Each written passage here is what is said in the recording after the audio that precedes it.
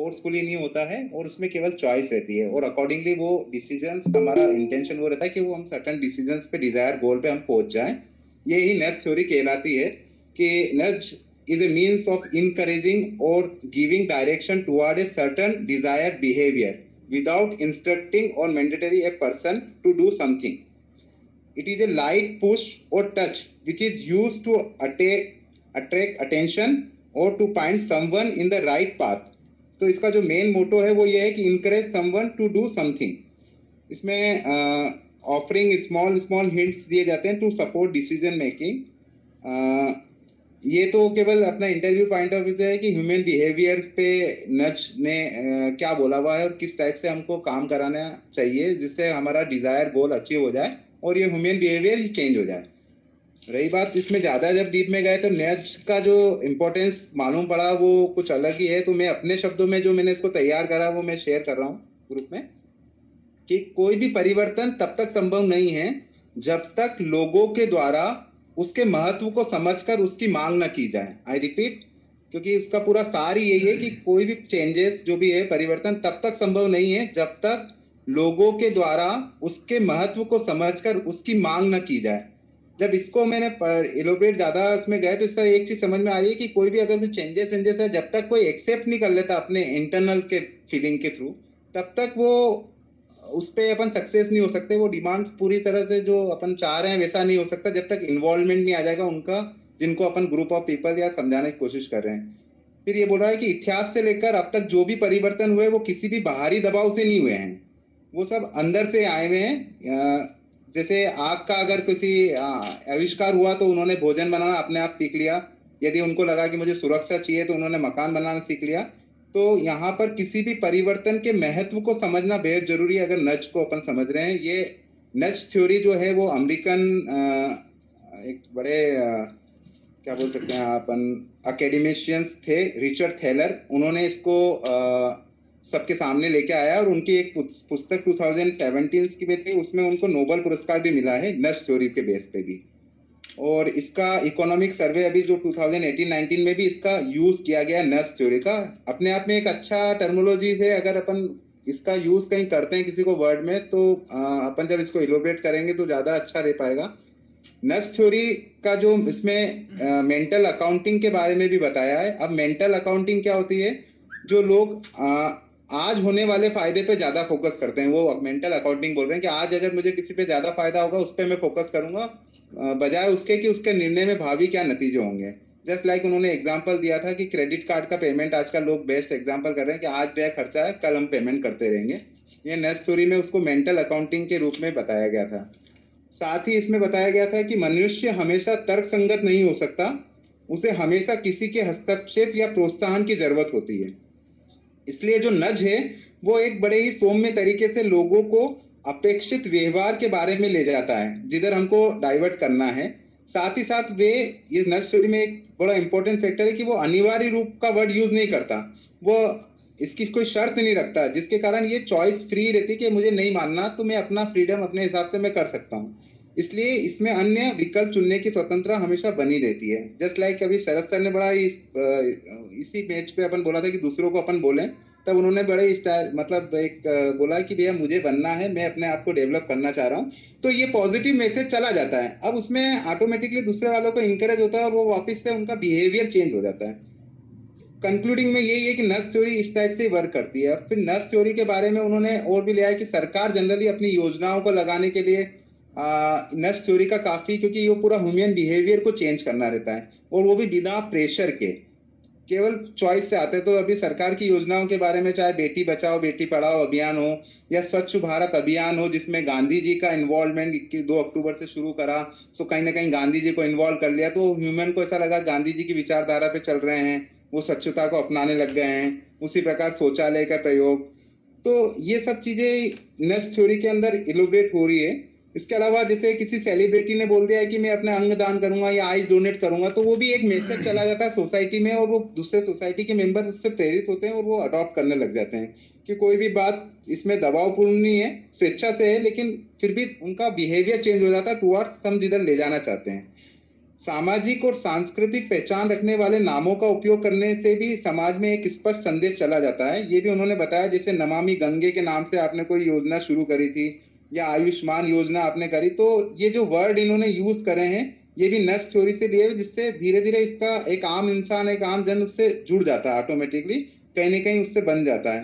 तो लोगों को इसमें जोड़ने में सरलता होती है और उसकी क्रियान्वयन भी आसान हो जाता है।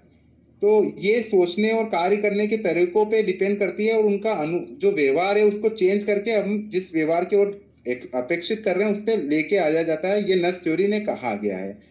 बैंकिंग पॉइंट ऑफ व्यू से जब इसमें अपन गए तो अपने पास में बहुत सारे अपॉर्चुनिटी इसमें मिल सकती है कि यदि मुझे ऐसा लग रहा है कि नस थ्योरी का मतलब किसी का ह्यूमन बिहेवियर चेंज करना है, हम फोर्सफुली किसी से भी स्टाफ से काम नहीं करा सकते। हमने अपने रीजनल मैनेजर्स के भी जो अपने चैलेंजेस उसमें भी अपन ने लिखा था कि स्टाफ का अपन ऑप्टिमिक यूज करेंगे, उनको मोटिवेट करेंगे। तो कई बार इस थ्योरी से भी कुछ ऐसा करें कि स्टाफ खुद आगे रेके रेके ये सब काम किए जाते हैं। साथ ही इसको मार्केटिंग और सेल्स में जब अपने प्रोडक्ट्स हैं, जब अपन को डिमांड रेज करवानी है कस्टमर के पॉइंट ऑफ व्यू से, तो वहाँ पे भी कुछ क्रिएटिव आइडियाज के साथ में इसको इम्प्लीमेंट किया जा सकता है।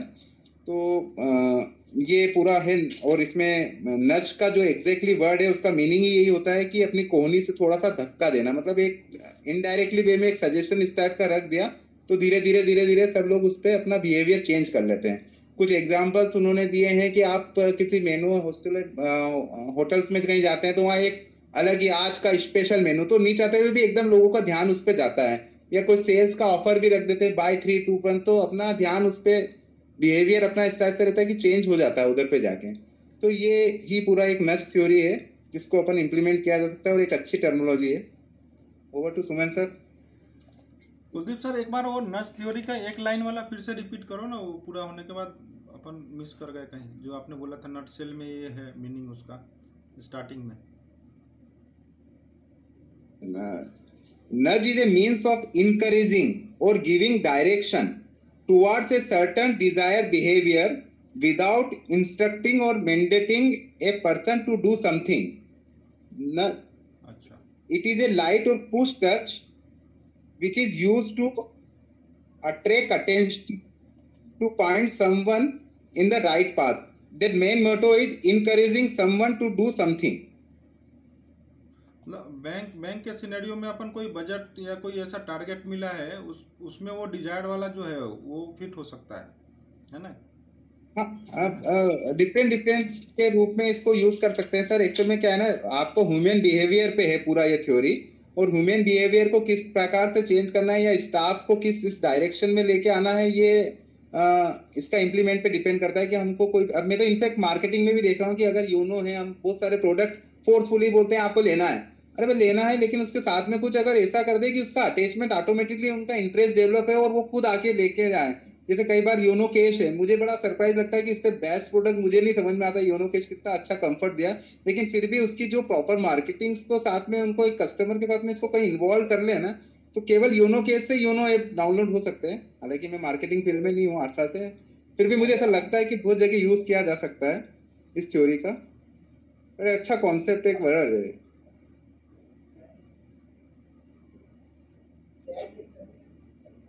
सरस सर, एचआर का ये मतलब थोड़ा सा मिलता जुलता मामला है। नहीं, बहुत देखिए क्या हो रहा है ना, एक्चुअल अब हम लोग जा रहे, अभी तक हम सब बिजनेस की बात करते थे, पर बिजनेस ऐसे नहीं होता है। बिजनेस होता है आपकी जब तक टीम परफॉर्म नहीं करती तब तक आप बिजनेस नहीं कर सकते। तो अब धीरे धीरे जो फॉरेन कंट्रीज में थ्योरिया सक्सेसफुल हो गई वो सब आती जा रही हैं और वही हम लोग कर रहे हैं, करते हैं। पहले भी वो थे पर अब उनका नाम हो गया। पॉजिटिव थिंकिंग रखना है, टीम बिल्डिंग करना है, ये क्या एनकरेज करना है, मोटिवेट करना है, रिकॉग्नाइज करना है, ये सब चीजें पहले हम बोलते नहीं थे, अब हम उसको बोलने लग गए। तो नज भी है उसी तरीके की चीज जो कुलदीप की बात सुनी मैंने। और चूंकि अपन लोग युवा में हैं तो युवाओं के अंदर हम सब इन सब चीजों को अपन करते आए हैं, तो अपने लिए ये चीजें रही है। आज मान लीजिए कि आज अपन एक फोरम बनाया इंटरव्यू की तैयारी, है ना, फॉर एन एग्जांपल। तो ये क्या है, ये एक दूसरे को एनकरेज करने के लिए ही है ना। तो ये भी कहीं ना कहीं हम नेस्ट थ्योरी पे ही काम कर रहे हैं। और खाली नज हमारे बोलने से नहीं होता, हमारी एक्शन से भी हम लोगों को एनकरेज करते हैं। हमारे जो जिसको कहना चाहिए कि हमारा फेशियल एक्सप्रेशन उनको करता है, हमारा बॉडी लैंग्वेज वो सब चीजें करता है। तो ये बहुत इंपॉर्टेंट चीज है आज की तारीख में। जिस कंपटीशन में हम हैं उस कंपटीशन में, जैसे अब हम इंदौर की बात करें तो इंदौर में स्टेट बैंक का कॉम्पिटिटर स्टेट बैंक ही है, दूसरा बैंक तो बाद में आता है।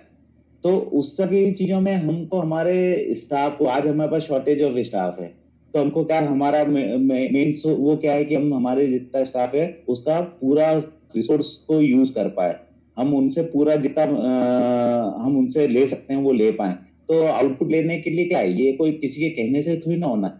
ये जब आप उनको लीड करोगे, वो आपको देखेंगे काम करते हुए, उससे वो प्रेरित होंगे, तब वो काम करेंगे। आप किसी को कितना बोल दो किसी की ये तुम्हें आज रुक के काम करना है, नहीं, वो अपनी इच्छा से रुकेगा तभी रुकेगा। आप बोलोगे कि नहीं आज तुम 8 बजे तक नहीं जाओगे, आज ये काम करके जाना है, उससे काम नहीं होगा। उसको ये लगेगा कि हाँ ये काम करके जाऊंगा, तभी सर को भी आराम है, ब्रांच को, अपनी ब्रांच की इमेज खराब होगी, कंट्रोलर्स का प्रेशर है, वो सब चीजें वो अब जब समझेगा, जब अपने आप को इन्वॉल्व करेगा। तो हम हमारे साथियों को कैसे इन्वॉल्वमेंट करते हैं वो नज है।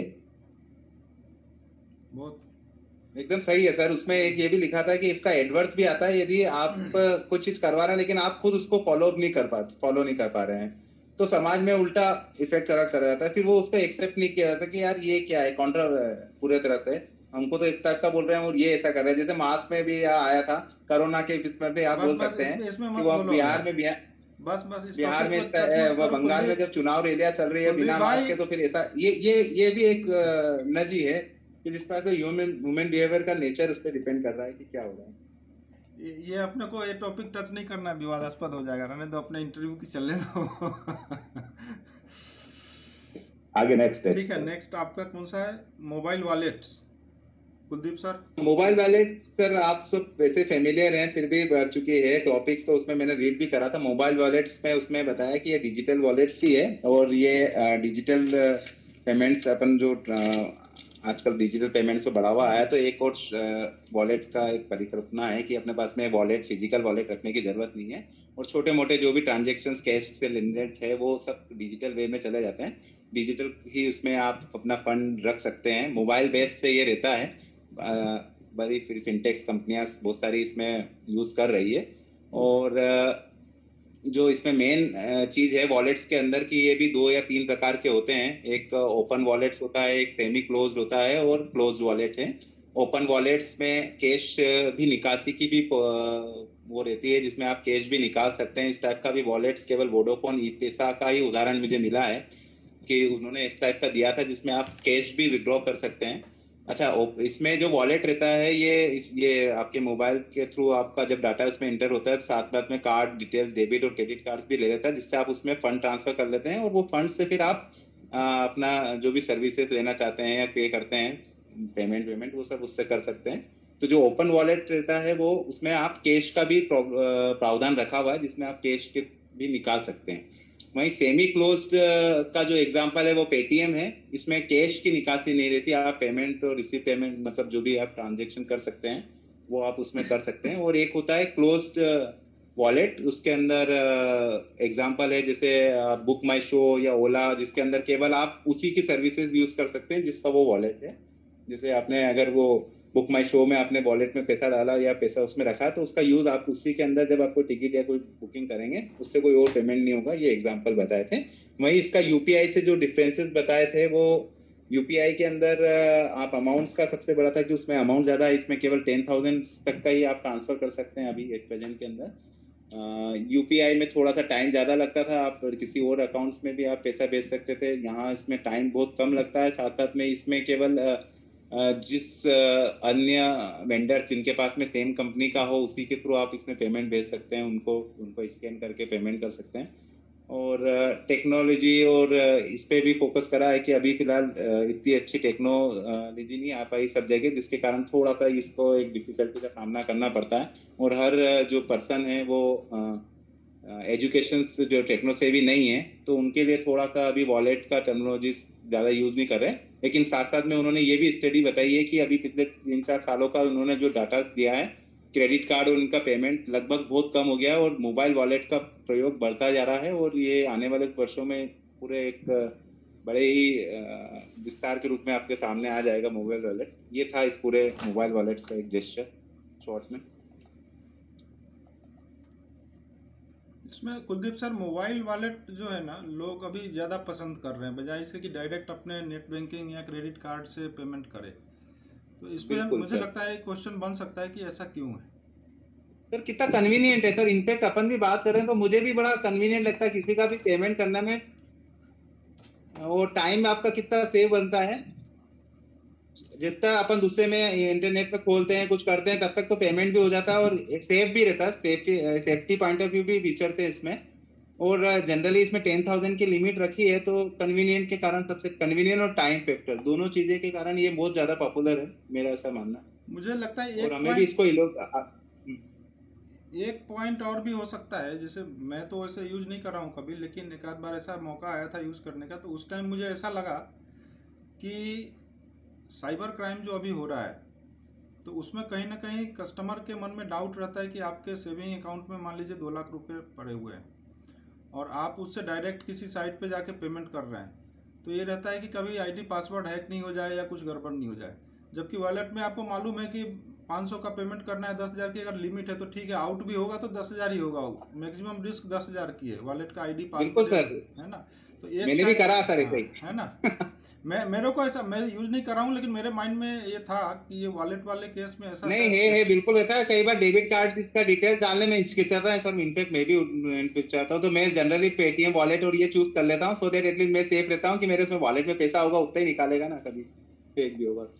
एसबीआई का कोई वॉलेट है क्या?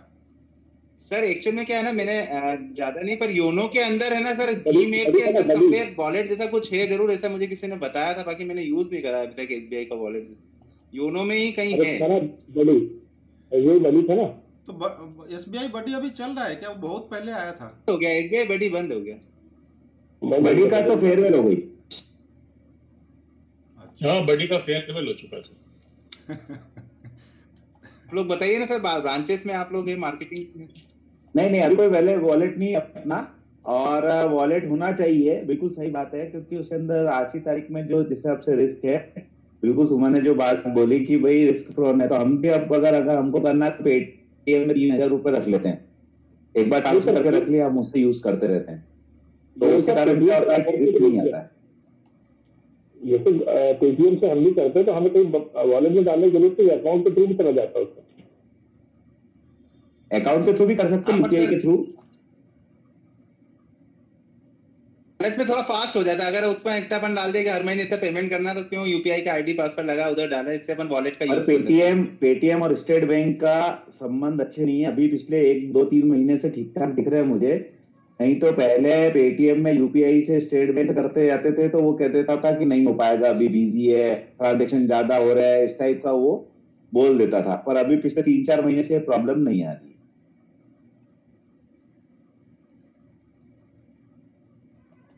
तो मोबाइल वॉलेट के ऊपर कुछ और किसी का प्रश्न हो? नौलखे जी, वैष्णव सर, ने राजवैद सर।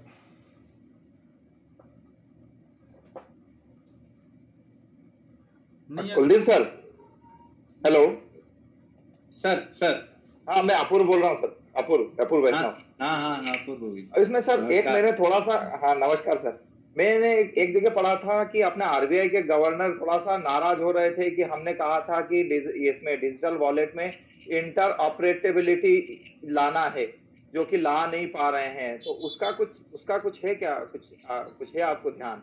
उनका ऐसा था कि एक वॉलेट से दूसरे वॉलेट में फंड ट्रांसफर या किसी भी बैंक में फंड ट्रांसफर के लिए इसको वो बनाना है, इनेबल करना है, ऐसा कहीं कुछ है क्या? पढ़ने में आया क्या सर आपके? नहीं अभी इसमें तो नहीं मुझे ऐसा पढ़ा, पर अभी आपने अगर इलोबरेट अगर ऐसा कुछ बोला है तो अपन इसमें डालेंगे तो आ जाना चाहिए, इसमें भी अपन चर्चा करेंगे। क्योंकि एक मैंने जो कहीं ऐसे ही कुछ ढूंढते मुझे मिला था, और प्री पेमेंट इंस्ट्रूमेंट में ढूंढ रहा था, मैंने कहा क्या होगा, तो उसमें ढूंढते मिला था, तो उसमें एक आर्टिकल मिला था मुझे, उसमें कहा था कि आने वाले समय में ये डिजिटल वॉलेट बहुत ज्यादा ये लोकप्रिय होंगे, और इसका कारण जो है कि इसमें सारी सुविधाएं जो आ जाएगी, जो पेमेंट बैंक जो सारी सुविधाएं दे रही है इधर उधर ट्रांसफर करने की, और दूसरे वॉलेट से इमीडिएट फंड ट्रांसफर आपके बैंक अकाउंट में किसी भी बैंक के, और दूसरे वॉलेट में भी ट्रांसफर के लिए आ ये जाएगा। आप उस टाइप से तो नहीं बोल रहे हैं कि जैसे फिनटेक कंपनी को भी आप इस टाइप का लाइसेंस कि वो आरटीजीएस नेफ्ट के लिए भी एलिजिबल हाँ, हो जाएंगे? वो अलग इशू है, लेकिन ये जो मैं बोल रहा हूँ ना, ये डिजिटल वॉलेट के लिए स्पेसिफिकली उनका कमेंट था। और जो उन्होंने वॉलेट कहा था सीधे कि आप ट्रांसफर कर सकते हैं, हाँ इसका मतलब। हाँ, तो उसके लिए था। और एक्चुअली वॉलेट जो अपने जैसे बडी का कंसेप्ट हुआ ना, उसमें मैं थोड़ा सा यही ऐड करना चाहूंगा कि इसमें पहले जो इनकन्वीनियंट था पब्लिक को, वो ये था कि वॉलेट के पैसे के ऊपर कोई ब्याज नहीं मिलता था। और जब जब जब ये हमारे पास यूपीआई आ गया, यूपीआई इंटरफेस आ गया, जिसमें कि डायरेक्ट हम लोग अपने खाते से ट्रांसफर कर पाते थे, तो ये इसका लोकप्रियता कम हो गई थी। लेकिन जैसे सुमन सर ने भी कहा कि अभी वापस से जब थ्रेट बढ़ गई, सिक्योरिटी थ्रेट बढ़ गई, तो आने वाले समय में और वापस फिर उसमें ये भी आ रहा है कि पेमेंट बैंक्स वगैरह के जो वॉलेट्स वगैरह देंगे ना, उसमें सर्टन ब्याज का भी कुछ चल रहा था कि उसमें ब्याज का भी ये रहेगा, मतलब उसमें प्रोविजन रहेगा, उसमें अगर जो पैसा मिलेगा उस पर इंटरेस्ट का प्रोविजन भी रहेगा। तो ये सब मिला के डिजिटल वॉलेट हो सकता है वापस से आए, जो कि जैसे कि पहला हमारा बडी था वो ये अच्छा है ना, अपने दोनों अपन ने इस पे डिस्कस भी हो गया, प्रोज एंड कॉन्स दोनों इस पे आ गए कि सेफ भी है, और अगर चूंकि इंटरेस्ट पे है तो आप यूपीआई के थ्रू भी कर सकते हैं, पर आपने भी चर्चा करी, इससे दोनों चीजें पॉइंट क्लियर हो गए अब इससे। हाँ, है ना? ठीक है सर, बस ओके, थैंक यू। ओके, तो ठीक है, नेक्स्ट टॉपिक पे अपन चलते हैं। राजवैद्य सर का है बेसल 3, और राजवैद्य सर से एक टॉपिक अपना ड्यू है अभी, जो उन्होंने बहुत ही बेहतरीन तरीके से चेयरमैन पॉलिसी हम लोगों को बताया था। तो उसके जो क्वेश्चन थे, है ना, वो उसको ध्यान में रखिएगा, आप भूलिएगा नहीं, वो करना ही है अपने को। डेफिनेटली करेंगे सर, है ना, क्योंकि वो बहुत मैं मतलब डेली वो चेयरमैन पॉलिसी जरूर एक बार गाड़ी में चलते हुए चला के सुनते हुए जाता हूँ, लेकिन वो क्वेश्चंस जो है उसके ऊपर जो लिखे थे आपने, उसको भी अपन आने वाले 2-4 दिन में कभी किसी दिन जब भी आपका हो 2-2 4-4 करके डिस्कस करते चलेंगे। ठीक है आप? और हाँ, सैटरडे को मैं उसके पूरे आंसर बना के वो जरूर रखूंगा। और ये भी रिक्वेस्ट करूंगा कि ये जो बेसल 3 है, ये मैं एक बार और कल परसों नरसों में इसको प्रॉपर वे में आप लोगों को डिस्क्राइब करूंगा। तो आज मैं क्या बहुत अच्छे से इसको तैयार नहीं कर पाया, दिन में मैंने इसको थोड़ा देखा था, फिर इसके बाद घर आके उसको एक बार वो किया, लेकिन मेरे को जितना ये अच्छा लग रहा था और इसमें जितना डीप में जा सकते हैं उतना मैं आज प्रिपरेशन नहीं कर पाया। तो आज बेसिक बताता हूँ, लेकिन इसको एक बार जरूर मैं 10-15 मिनट में किसी और दिन जब टाइम मिलेगा तो मैं जरूर इसको बताऊंगा। बेसिक अभी जैसे देखता था कि बेसल जो है, बेसल अपने 1 आया, फिर बेसल 2 आया, फिर बेसल 3, जैसे आज इसका टॉपिक बेसल 3 है। तो मैं जो इसको शुरू में देखा तो बेसल, पहला तो इसका नाम क्यों पड़ा, तो बेसल एक स्विट्जरलैंड का एक कोई बहुत ब्यूटीफुल सा शहर है, और वहाँ पे BIS करके बैंक फॉर इंटरनेशनल सेटलमेंट का मेन ऑफिस है। तो बेसल वहीं से, चूंकि वहाँ पे मेन ऑफिस है, तो बेसल जो नाम पड़ा वो वहाँ से आया। BIS ने एक जो कमेटी बनाई, BCBS, banking committee on banking supervision, ये इस हिसाब से क्रिएट की गई कि जो पूरे वर्ल्ड के जो बैंक्स हैं उनको उनके पास में एक सर्टेन कैपिटल होना चाहिए, जिससे कि वो कोई भी इमीडिएट कोई लॉस या कोई थ्रेट या कोई भी क्राइसिस आती है तो उसको फेस कर सके। ये कॉन्सेप्ट आया बेसल के थ्रू। ये मैंडेटरी नहीं था, लेकिन ये एक एडवाइजरी है कि भाई आपको यदि मार्केट यानी ऐसी कोई क्राइसिस आती है तो उसको फेस करने के लिए ये नॉर्म्स दिए गए। जब बेसल 1 आया, उसके पहले मैं ये जरूर बताना चाहूँगा कि इसमें मेन जो चीज़ें हैं वो है बेसिकली CAR, कैपिटल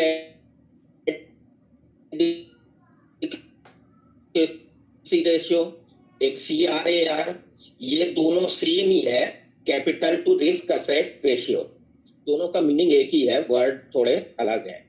दूसरा जो ये कैपिटल जो बोलते हैं, तो कैपिटल कितने प्रकार की होती है, जैसे टायर 1, टायर 2 कैपिटल, तो उसके ऊपर उन्होंने ये रेशियोज दिए हैं कि आपको कैपिटल 1 में इतना रखना है, कैपिटल 2 में ये रखना है।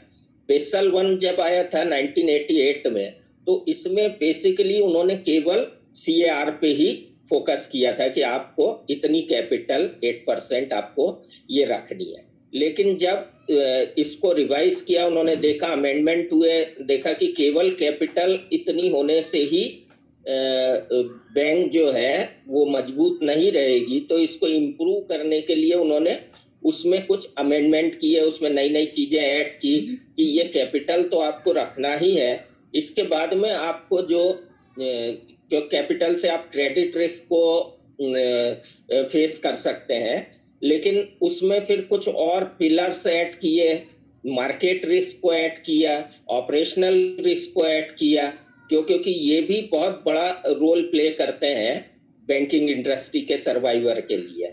तो इसके बाद में बेसल 2 जब आया 1999 में, तो उसमें उन्होंने 3 पिलर दिए, और 3 पिलर में कैपिटल एडिक्वेसी रेशियो वो था ही, इसके साथ में सुपरविजन और इनको भी मॉनिटरिंग, डिस्क्लोजर, इसको ऐड किया। इसके बाद में उसमें भी उन्होंने कैपिटल एडिक्वेसी रेशियो आपका जो है वो 8% ही रखा। मेन चीज ये है कि कैपिटल एडिक्वेसी रेशियो क्या है। तो कैपिटल एडिक्वेसी रेशियो जो है वो आपका कैपिटल और जो आपके रिस्क वेटेड असेट है, क्योंकि बैंकिंग जो है वो पूरा क्रेडिट पे चलता है। आपके पास में आप जो डिपॉजिट लेते हैं उसके अगेंस्ट में अपन लोन देते हैं, तो जब लोन देते हैं तो वो उसमें रिस्क फैक्टर आ जाता है, क्योंकि अपने पास जो डिपॉजिट है वो तो अपने को सर्टेन इंटरेस्ट के साथ में पे करना ही करना है, लेकिन जो अपन ने क्रेडिट फैसिलिटी दी हुई है वो ये गारंटेड नहीं है कि आपको कितनी यानी कितना रिटर्न मिलेगा। उसमें से कई जो क्रेडिट लोन होते हैं वो आपके डिफॉल्ट हो जाते हैं, वो रीपे नहीं कर पाते हैं जिन भी सिनेरियो में, तो यहाँ पे क्रेडिट रिस्क अपनी आती है। तो इसको जो क्रेडिट रिस्क में उन्होंने ये देखा कि जो भी टाइप के आप लोन करते हैं, क्योंकि बैंकिंग है वो अलग अलग प्रोडक्ट पे फाइनेंस करती है, तो उसकी कितने उस प्रोडक्ट के ऊपर जो रिस्क है वो कितना % है। तो रिजर्व बैंक ऑफ इंडिया ने सभी प्रोडक्ट के, जैसे अपने housing loan, car loan, government bond, government scheme में इन्वेस्टमेंट में, गोल्ड लोन, इन सब के ऊपर एक सर्टेन % जो है वो ये बताया है कि इतने % की इसके ऊपर रिस्क रहेगी। तो जो CAR निकालते हैं तो वो अपनी टोटल कैपिटल को जो रिस्क वेटेड असेट है उनसे डिवाइड करके CAR या CRAR % निकलता है। तो जो बेसल 1 में भी ये था कि आपकी टोटल कैपिटल जो है उसको रिस्क वेटेड असेट से डिवाइड करने पे आपकी कैपिटल का जो CAR है वो 8% आपको रखना है। मीन्स इतनी आपके रिस्क वेटेड असेट का जो 8% आपको कैपिटल में रखना है। मीन्स यदि अपने पास में रिस्क वेटेड असेट मानिए अपनी पूरी बैलेंस शीट के हिसाब से मानते हैं कि उसका रेशियो निकालने पे 100 रुपये आ रहा है, और अपने को 8% अपने पास में यदि 100 रुपये वो आ रहा है, तो अपने को कैपिटल से यानी CAR अपने को 8% रखना है, तो अपने को 8 रुपये जो है वो मिनिमम अपनी कैपिटल होना चाहिए टायर 1 प्लस टायर 2 के ऐड करने के बाद। अब मेन आता है कैपिटल। तो कैपिटल जो है वो अपनी 2 प्रकार की होती है, एक टायर 1 और एक टायर 2। तो टायर 1 जो है उसको कोर कैपिटल भी बोलते हैं, क्योंकि टायर 1 में अपने मेन तो पेड अप कैपिटल होती है, दूसरा इसमें जो है अपने फ्री रिजर्व्स होते हैं, स्टेटरी रिजर्व्स होते हैं जैसे CRR, SLR, perpetual non cumulative preference share है, कैपिटल रिजर्व है। तो जो टायर 1 कैपिटल है ये बोले जाते हैं कि ये बहुत आसानी से और कम समय में ये लिक्विड फॉर्म में आ जाती है, यानी इसको अपन बहुत जल्दी लिक्विडेट कर सकते हैं। टायर 2 कैपिटल जो है उसमें अनडिस्क्लोज्ड रिजर्व्स हैं, इसके बाद में हाइब्रिड डेट कैपिटल है, सबऑर्डिनेट डेट है। ये जो है ये यानी लिक्विडेट करने में इसमें समय लगता है। इसलिए जो बेसल में मेन फोकस दिया गया है कि आपको टायर 1 कैपिटल जो है उसका आपको ज्यादा परसेंटेज रखना है। मेन बेसल जो नॉर्म्स लगाए गए हैं ये आप इसलिए है कि बैंक जो है उसकी इतनी कैपेसिटी रहे कि वो जो बैंकिंग इंडस्ट्री में कोई अप्स एंड डाउन कुछ भी आते हैं तो उसको एब्जॉर्ब कर सके, शॉक कोई आता है तो उसको फेस कर सके, वो अपनी गवर्नेंस जो है और मैनेजमेंट एबिलिटी में इम्प्रूव कर सके। बैंक की जो ट्रांसपेरेंसी है, दूसरा डिस्क्लोजर जो है, जो ये बेसल 3 में नए यानी 2 और 3 में ऐड किए गए हैं कि आपको जो भी आपकी बैलेंस शीट की पोजीशन है, आपके एनपीए का पोजीशन है, आपके फ्रॉड की पोजीशन है, आपके यानी राइट ऑफ पोजीशन है, जो भी आपकी बैलेंस शीट में जो भी चीजें हैं वो आपको पूरी प्रॉपरली डिस्क्लोज करना है। ये इसका मेन वो है जिससे आप रिस्क जो है वो आप फेस कर सको। अब इसमें जो 3 पिलर हैं उसमें फर्स्ट पिलर में तो जो फेस यानी इसमें थर्ड मॉडल में इसमें इन्होंने मिनिमम जो कैपिटल है वो इन्हांस की है जिससे कि आपकी लिक्विडिटी रिक्वायरमेंट पूरी हो सके। फिर पिलर 2 में जो सुपरवाइजरी रिव्यू था उसमें भी अमेंडमेंट किया है और उसमें रिस्क मैनेजमेंट और कैपिटल प्लानिंग पे भी फोकस दिया है। पिलर 3 में जो है वो जो यानी पिलर जो बेसल 2 और 3 में बहुत ज्यादा डिफरेंस नहीं है, उसमें भी ये तीनों पिलर थे, केवल उनमें इन्हांस किया गया है। जैसे आपकी कैपिटल थी उसमें कुछ इन्हांस किया है, सुपरवाइजरी रिव्यू में अमेंडमेंट किए हैं, डिस्क्लोजर जो है आपका मार्केट डिसिप्लिनरी ये भी नया ऐड किया है। रिस्क ये डिस्क्लोजर पहले भी था, उसको इन्हांस किया है और इसमें भी क्रेडिट रिस्क, मार्केट रिस्क और ऑपरेशनल रिस्क तीनों को ऐड किया है। बेसल 2 में जो है मिनिमम CAR 8% रखा था, जबकि अपने आरबीआई ने इंडिया में इसको 9% रखने का वो टारगेट दिया था। यानी 1% ऊपर वर्ल्ड में जो बेसल मॉडल है उससे ऊपर रखने से, जिससे बैंक की अपनी स्टेट यानी इंडिया की बैंकों की जो यानी क्या बोलना चाहिए, जो उनका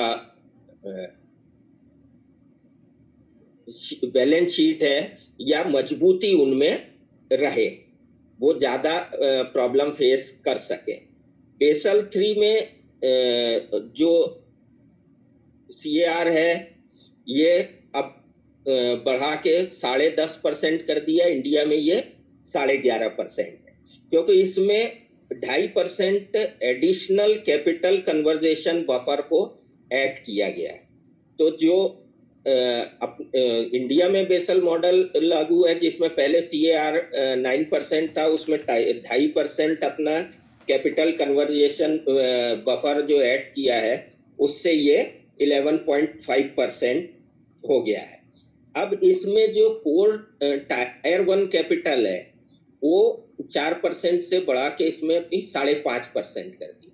एडिशनल टायर 1 जो है वो 1.5% कर दिया है, तो जिससे आपका 7% जो है वो टायर 1 में रहेगा।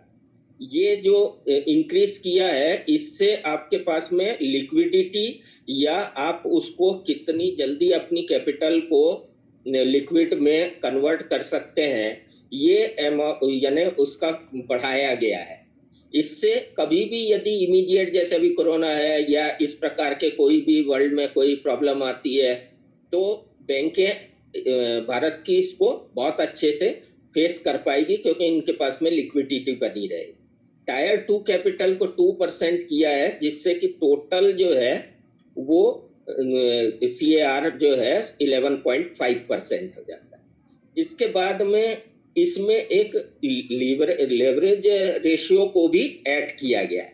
यानी इसमें जैसे अभी जो बेसल 2 तक था उसमें केवल ये था कि अपनी जो कैपिटल है उसको रिस्क वेटेड असेट से ही अपन कंपेयर करते थे, लेकिन लिवरेज रेशियो में इन्होंने ये दिया है कि आपकी और ज्यादा मजबूती देखने के लिए जो टायर 1 कैपिटल है उसको टोटल एक्सपोजर से आप यदि डिवाइड करते हैं तो ये आपका मोर देन या इक्वल 3.5% होना चाहिए। इससे भी आपकी बैलेंस शीट की मजबूती का पता चलता है। इंडिया में ये जैसे ये भी लागू किया है 2013 से, लेकिन DSI भी जो बैंक्स हैं, डोमेस्टिक सिस्टमेटिक इम्पोर्टेंट बैंक, ये जो 3 बैंकें अभी हैं अपनी state bank of India, ICICI और HDFC बैंक, इनको ये लिवरेज रेशियो 4% रखना है, क्योंकि इनको इम्पोर्टेंट बैंकों का दर्जा दिया हुआ है, तो इनसे आधा % ज्यादा इसमें रखने की आवश्यकता है। ऐसे इन्होंने सिस्टमेटिक इम्पोर्टेंट जो फाइनेंशियल इंस्टीट्यूट है उनको ये 5% रखने का इसमें दिया हुआ है। अब इसका एक ये है कि ये बेसल 3 का जो प्लस और माइनस क्या इंडिया के बैंकों पे इसका इम्पैक्ट आएगा। तो एक यदि उसका इम्पैक्ट के फॉर्म में देखेंगे तो चूंकि आपकी 7% कैपिटल को आपको रिजर्व के रूप में ही रखना है, वो फंड आपका पूरा ब्लॉक हो जाएगा। क्योंकि वो ब्लॉक रहेगा तो उससे आप इनकम जनरेट नहीं कर पाएंगे, तो इससे प्रॉफिटेबिलिटी पे आपका असर आएगा। दूसरा, चूंकि ये रेशियो मेंटेन रखना है, ये चूंकि आपकी सेंट्रल बैंक यानी रिजर्व बैंक ऑफ इंडिया ने ये मैंडेटरी किया हुआ है, तो आप इसके लिए ये बैंकें इसको मेंटेन करने के लिए ये भी कर सकती हैं कि अपना जो फाइनेंस है या लोन है उसको वो बहुत ज्यादा लोन ना दें। इस साल यदि आपका लगता है कि मैं जो है ये रेशियो इसको मैं कवर नहीं कर पा रहा हूँ, तो आप यदि लोन देना कम कर देंगे तो आप इस रेशियो को मेंटेन कर पाएंगे। तो इससे भी ये एडवर्स वो हो सकता है कि आपको लोन जो है यानी लिक्विडिटी मार्केट में कम हो, बिजनेसमैन को लोन कम मिले, तो आपके नेचुरली GDP पे भी इम्पैक्ट आएगा। और जो भी पैसा कैपिटल के रूप में रख रहे हैं उसमें कोई ना कोई एक्सपेंसेस होते हैं। यदि बॉन्ड का है पैसा तो आपको फिक्स इंटरेस्ट उसको देना है, इक्विटी वाले भी उनको कुछ प्रॉफिट आपको देना है।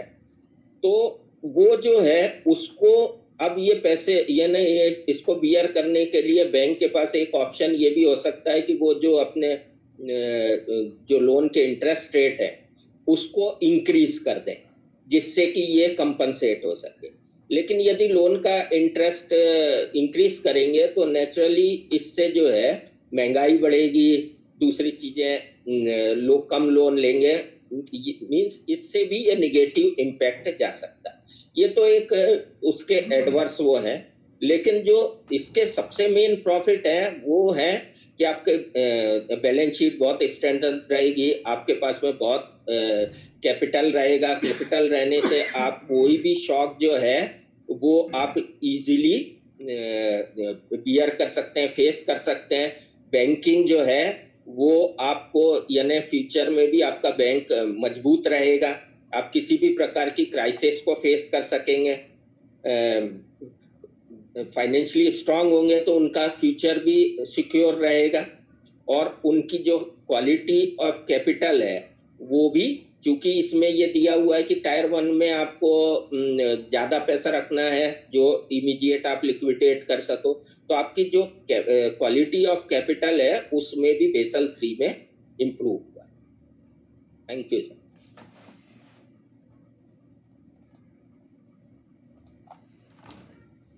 बहुत ही बढ़िया तरीके से सर फिर से आपने चेयरमैन पॉलिसी के स्टाइल में ही बताया। आपके स्टाइल देख के ऐसा लगता है कि आप ट्रेनिंग सेंटर में कहीं ना कहीं पोस्टेड रहे हैं पहले, या नहीं रहे हैं तो रहना चाहिए कभी न कभी। बिल्कुल अरे thank you sir, thank you आप। माइन्यूटली आप बिल्कुल सब मतलब समझ में आ जाता है पूरा जो आपने एलोबरेट किया ना। बेसल 2 हम लोग ऐसे बहुत बार पढ़े हैं, शुरू से ही पढ़ रहे हैं जब से स्केल 1 का प्रमोशन का दिया था कि बेसल 1 बेसल 2, लेकिन इतना अच्छे तरीके से सरल भाषा में समझाना वो बहुत ही शानदार रहा।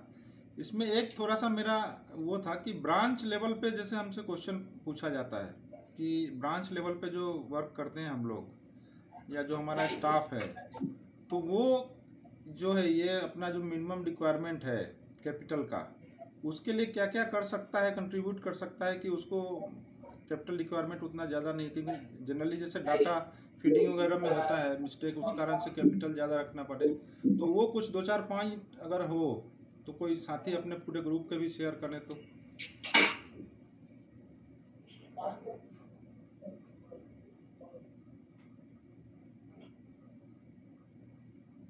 ब्रांच लेवल पे सर यदि आप other product, other income product पे आप फोकस करेंगे तो आपको ये रेशियो कम रखना पड़ेगा, क्योंकि आपका कैपिटल का कोई उसमें यूज नहीं है। ये मेरे हिसाब से आपने बोला तो अभी मुझे एकदम ध्यान आया कि ये जो अपन जो अब से यानी क्रॉस सेलिंग बोलते हैं वो भी इसमें इम्पैक्ट डाल सकता है। जैसे आपका सुकन्या समृद्धि है, आप पीपीएफ अकाउंट है, ये सब गवर्नमेंट अकाउंट है, हमको सिर्फ कमीशन मिलता है और इसमें बैंक का कोई इन्वेस्टमेंट नहीं है, ऐसा हो सकता है? नहीं, लेकिन एक कैपिटल से लिंक नहीं हुआ ना सर। कैपिटल तो एडवांस जो है उसका जो रिस्क वेटेज है उसके ऊपर देना है ना, रखना है अपने को। हाँ, सर, ये इससे नहीं है।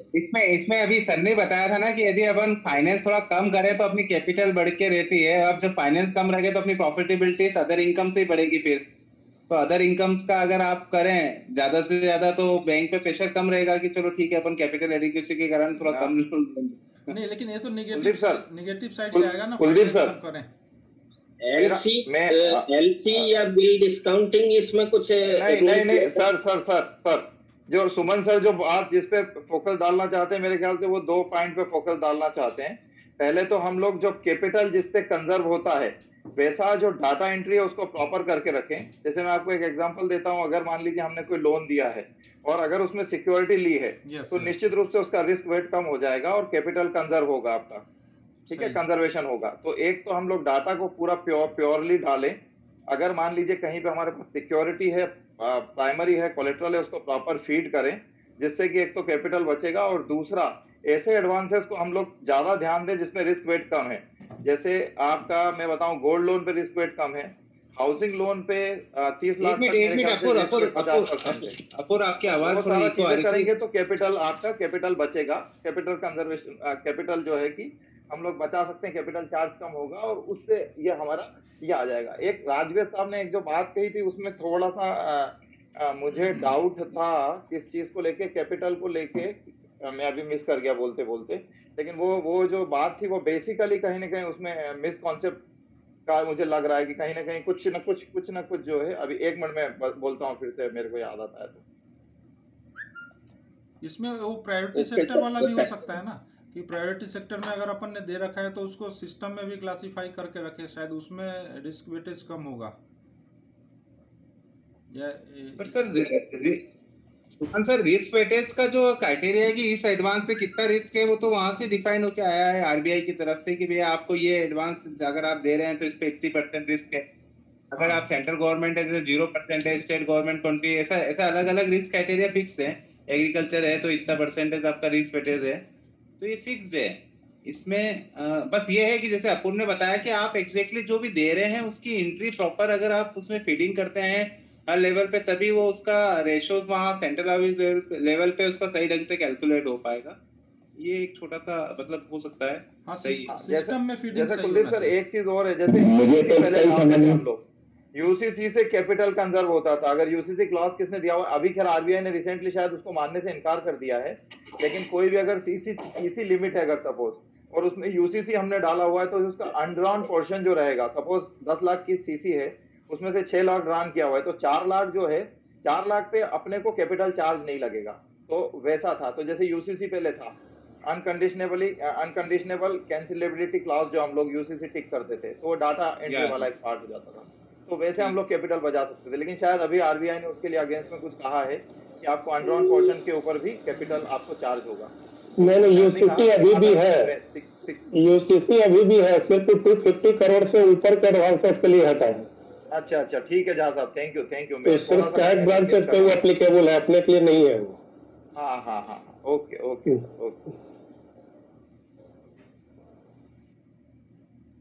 शरद सर कुछ कह रहे थे आप? मेरे को तो इतनी बात समझ में आती है कि बेसल अगर आपको सही रखना है तो आपके पास जितनी सिक्योरिटी है, मान लीजिए हाउसिंग लोन है, आपको उसकी कोलेटरल में उसकी वैल्यू जो अपन डालते हैं सिक्योरिटी में, वो बिल्कुल एग्जैक्ट होनी चाहिए। अगर वो एग्जैक्ट नहीं डालेंगे, आप सही नहीं डालेंगे, तो आपको कार कैपिटल एडिक्वेसी रेशियो आपका हिट करेगी। चाहे कार लोन है, कार लोन में भी जब हम कोलेटरल क्रिएट करके उसकी सिक्योरिटी डालते हैं तो हमें वो सिक्योरिटी सही होनी चाहिए। बेसिक चीज यही है उसकी कि अगर तो उतना अपने को कम उसमें प्रॉब्लम आएगी। इसके साथ हमें अच्छे क्वालिटी का एडवांस भी लाना जरूरी है। इसमें जो रेटिंग हमारा होता है खासतौर से एसएमई में, उससे भी कैपिटल लिंक रहता है। तो रेटिंग उसका जितना अच्छा आएगा, या और यदि एक्सटर्नली रेटेड है तो उसमें ए रेटेड या ट्रिपल बी रेटेड जो रहता है उसमें भी ये कम रहता है कैपिटल का। और साथ में यदि स्टेट गवर्नमेंट या सेंट्रल गवर्नमेंट का कोई गारंटीड अकाउंट है तो उसमें भी कम रहता है। तो ऐसे अकाउंट हो तो आपका कैपिटल कंजर्व होगा। अभी अपने बैंक का कितना % है अभी? 14.5 है सर अपना, अभी कंफर्टेबल है हम लोग कैपिटल एडिक्वेसी में। अच्छा, इसके साथ में ये जो 11.5 का अपना जो आरबीआई ने फिक्स करा था वो अभी शायद डेडलाइन एक्सटेंड करके 30 सितंबर कर दिया है। अब ये पोस्टपोन होकर अक्टूबर से शायद एप्लीकेबल होगा 11.5, जो कि अभी 1 अप्रैल से होना था, या ड्यू टू कोविड या जो भी है रीजन। हाँ सर, मेरे को अपना डाउट जो समय भूल गया था अभी याद आया। जैसे राजवेद साहब ने जब समझाते समय हमको कहा था कि इसका नेगेटिव क्या इम्पैक्ट पड़ेगा बैंक के ऊपर, तो इन्होंने एक बात कही थी कि हमको ये कहीं पे पार्क करके रखना पड़ता है। जैसे सीआरआर है या एसएलआर है, तो जो रिसोर्सेज है हम लोग उसको यूज नहीं कर पाते और इससे बैंक के ऊपर प्रेशर पड़ता है। तो मेरी जो अंडरस्टैंडिंग थी सर को सुनने से पहले, वो ऐसा था कि हमको अपनी कैपिटल मेंटेन करके रखनी चाहिए। यानी जो मेरी कैपिटल है, जो मेरे लायबिलिटी में सबसे नीचे की तरफ जो रहेगी, या जहां भी आप बैलेंस शीट में मान ले, वो होनी चाहिए। उसको मुझे पार्क करके कहीं रखना पड़ता है, ऐसा मेरी अंडरस्टैंडिंग नहीं थी। तो कृपया कोई साथी इसके ऊपर प्रकाश डालें कि जैसे एसएलआर है, सीआरआर है, उसमें हमको समझ में आता है कि आरबीआई के पास हमको रखना पड़ता है, और एसएलआर में भी जो है कि यील्ड कम यील्ड के बॉन्ड में या सिक्योरिटी में हमको डाल के रखना पड़ता है। सीआरआर में बहुत कम नेग्लिजिबल हमको रिटर्न मिलता है। लेकिन मुझे नहीं लगता कि कैपिटल एडिक्वेसी की जो बात करें तो वहां पे कुछ ऐसा होता है। अगर होता है, होल्ड नहीं करना, मेंटेन करके रखना है उसका कैपिटल उस हिसाब से। हाँ, तो वही तो मेंटेन करके रखना है, वहां पे होल्ड करने का कोई ये नहीं था। मतलब वो कॉन्सेप्चुअली मतलब कहीं उसमें वो नहीं है ना। नहीं, जैसे एसएलआर सीआरआर है वैसा नहीं है ये, तो आपको उतना कैपिटल उस हिसाब से मेंटेन करके रखना है आपके रिस्क के हिसाब से। हाँ, चूंकि राजवेद साहब ने जब बोला था ना, जब उसका नेगेटिविटी, तब ये बात बोली थी कि चूंकि रखेंगे तो हमको वो जिसको बोलते हैं ना कि आइडियल असेट के रूप में पड़ा रहेगा, तो वो थोड़ा सा कंफ्यूजन गया। सर मेरे ख्याल से तो बात बिल्कुल सेम है कि अगर रिजर्व करके रखना है, उसका यूज जो है वो आपको लैंडिंग के लिए नहीं करना करना है। नहीं, रेशियो मेंटेन रखना है इंद्रजीत, उसको होल्ड नहीं करना, आपको रेशियो मेंटेन करके रखना है। भाई जो गाइडलाइन दी अभी अपना 14.5 है जैसे, तो ये 14.5 हमारा रेशियो बना हुआ है, इसमें किसी कोई होल्ड नहीं करके रख रखा। ऐसे ही आपको तो अभी आरबीआई ने 11.5% मेंटेन रखने के लिए कहा है कि आपका कैपिटल एडिक्वेसी रेशियो 11.5 होना चाहिए। उसके अंदर होल्ड करना है ऐसा कुछ भी नहीं है, वो आपको मेंटेन रखना है। आपको उसी हिसाब से आपका कार आते रहना चाहिए, कैपिटल एडिक्वेसी रेशियो आना चाहिए, कैपिटल आपका बढ़ते रहना चाहिए अगर रिस्क बढ़ रहा है तो। इसमें सर इंद्रजीत सर एक मिनट में बताता हूँ। जैसे हमारा आज की डेट में एग्जैक्ट फिगर नहीं, लेकिन हमारा जो डिपॉजिट का फिगर है 33 लाख करोड़ है, ठीक है, और एडवांस का फिगर 24 लाख करोड़ है। तो सीधा सा बात है कि 24 लाख करोड़ का जो रिस्क वेट जाएगा, और जो रिस्क वेट के हिसाब से जितना भी हमारा फिगर आएगा, उतना का अगर जो भी 11% या जो भी है मिनिमम रिक्वायरमेंट, उतना मेरे पास capital plus free reserve tier 1 और टायर 2 के रूप में होना चाहिए। क्योंकि वैसे भी हम लोग कैपिटल से फाइनेंस करते हैं ऐसा नहीं है, क्योंकि कंफर्टेबल पोजीशन में है। आज की डेट में देखा जाए तो CD रेशो मेरा 60 के आसपास ही है, तो कैपिटल तो वैसे भी हम लोग वहां पे इन्वॉल्व नहीं कर रहे हैं, लेकिन चूंकि वो स्टेबिलिटी बनी रहे या कहीं शॉक हो जाए या मेरा जो एडवांसेस खराब होते चले जाए, तो वहां पे ऐसा नहीं है कि सारा जो पैसा है वो मैंने पब्लिक से ही लिया हुआ है, तो मेरा खुद का पैसा भी मेरे पास होना चाहिए। वो उसका ऑब्जेक्टिव है मेन, स्टेबिलिटी के लिए या बैंक फेल होने से बचाने के लिए। ये मेरा इसमें सबमिशन है सर। सही है। Thank you sir. तो ये जो कैपिटल मेंटेन करना है ऑनगोइंग बेसिस पे करना है कि एज ऑन 31 मार्च केवल देख लेते हैं एक बार कि 31 मार्च को है 14% हो गया, या हाफ ईयरली क्वार्टरली क्या रहता है?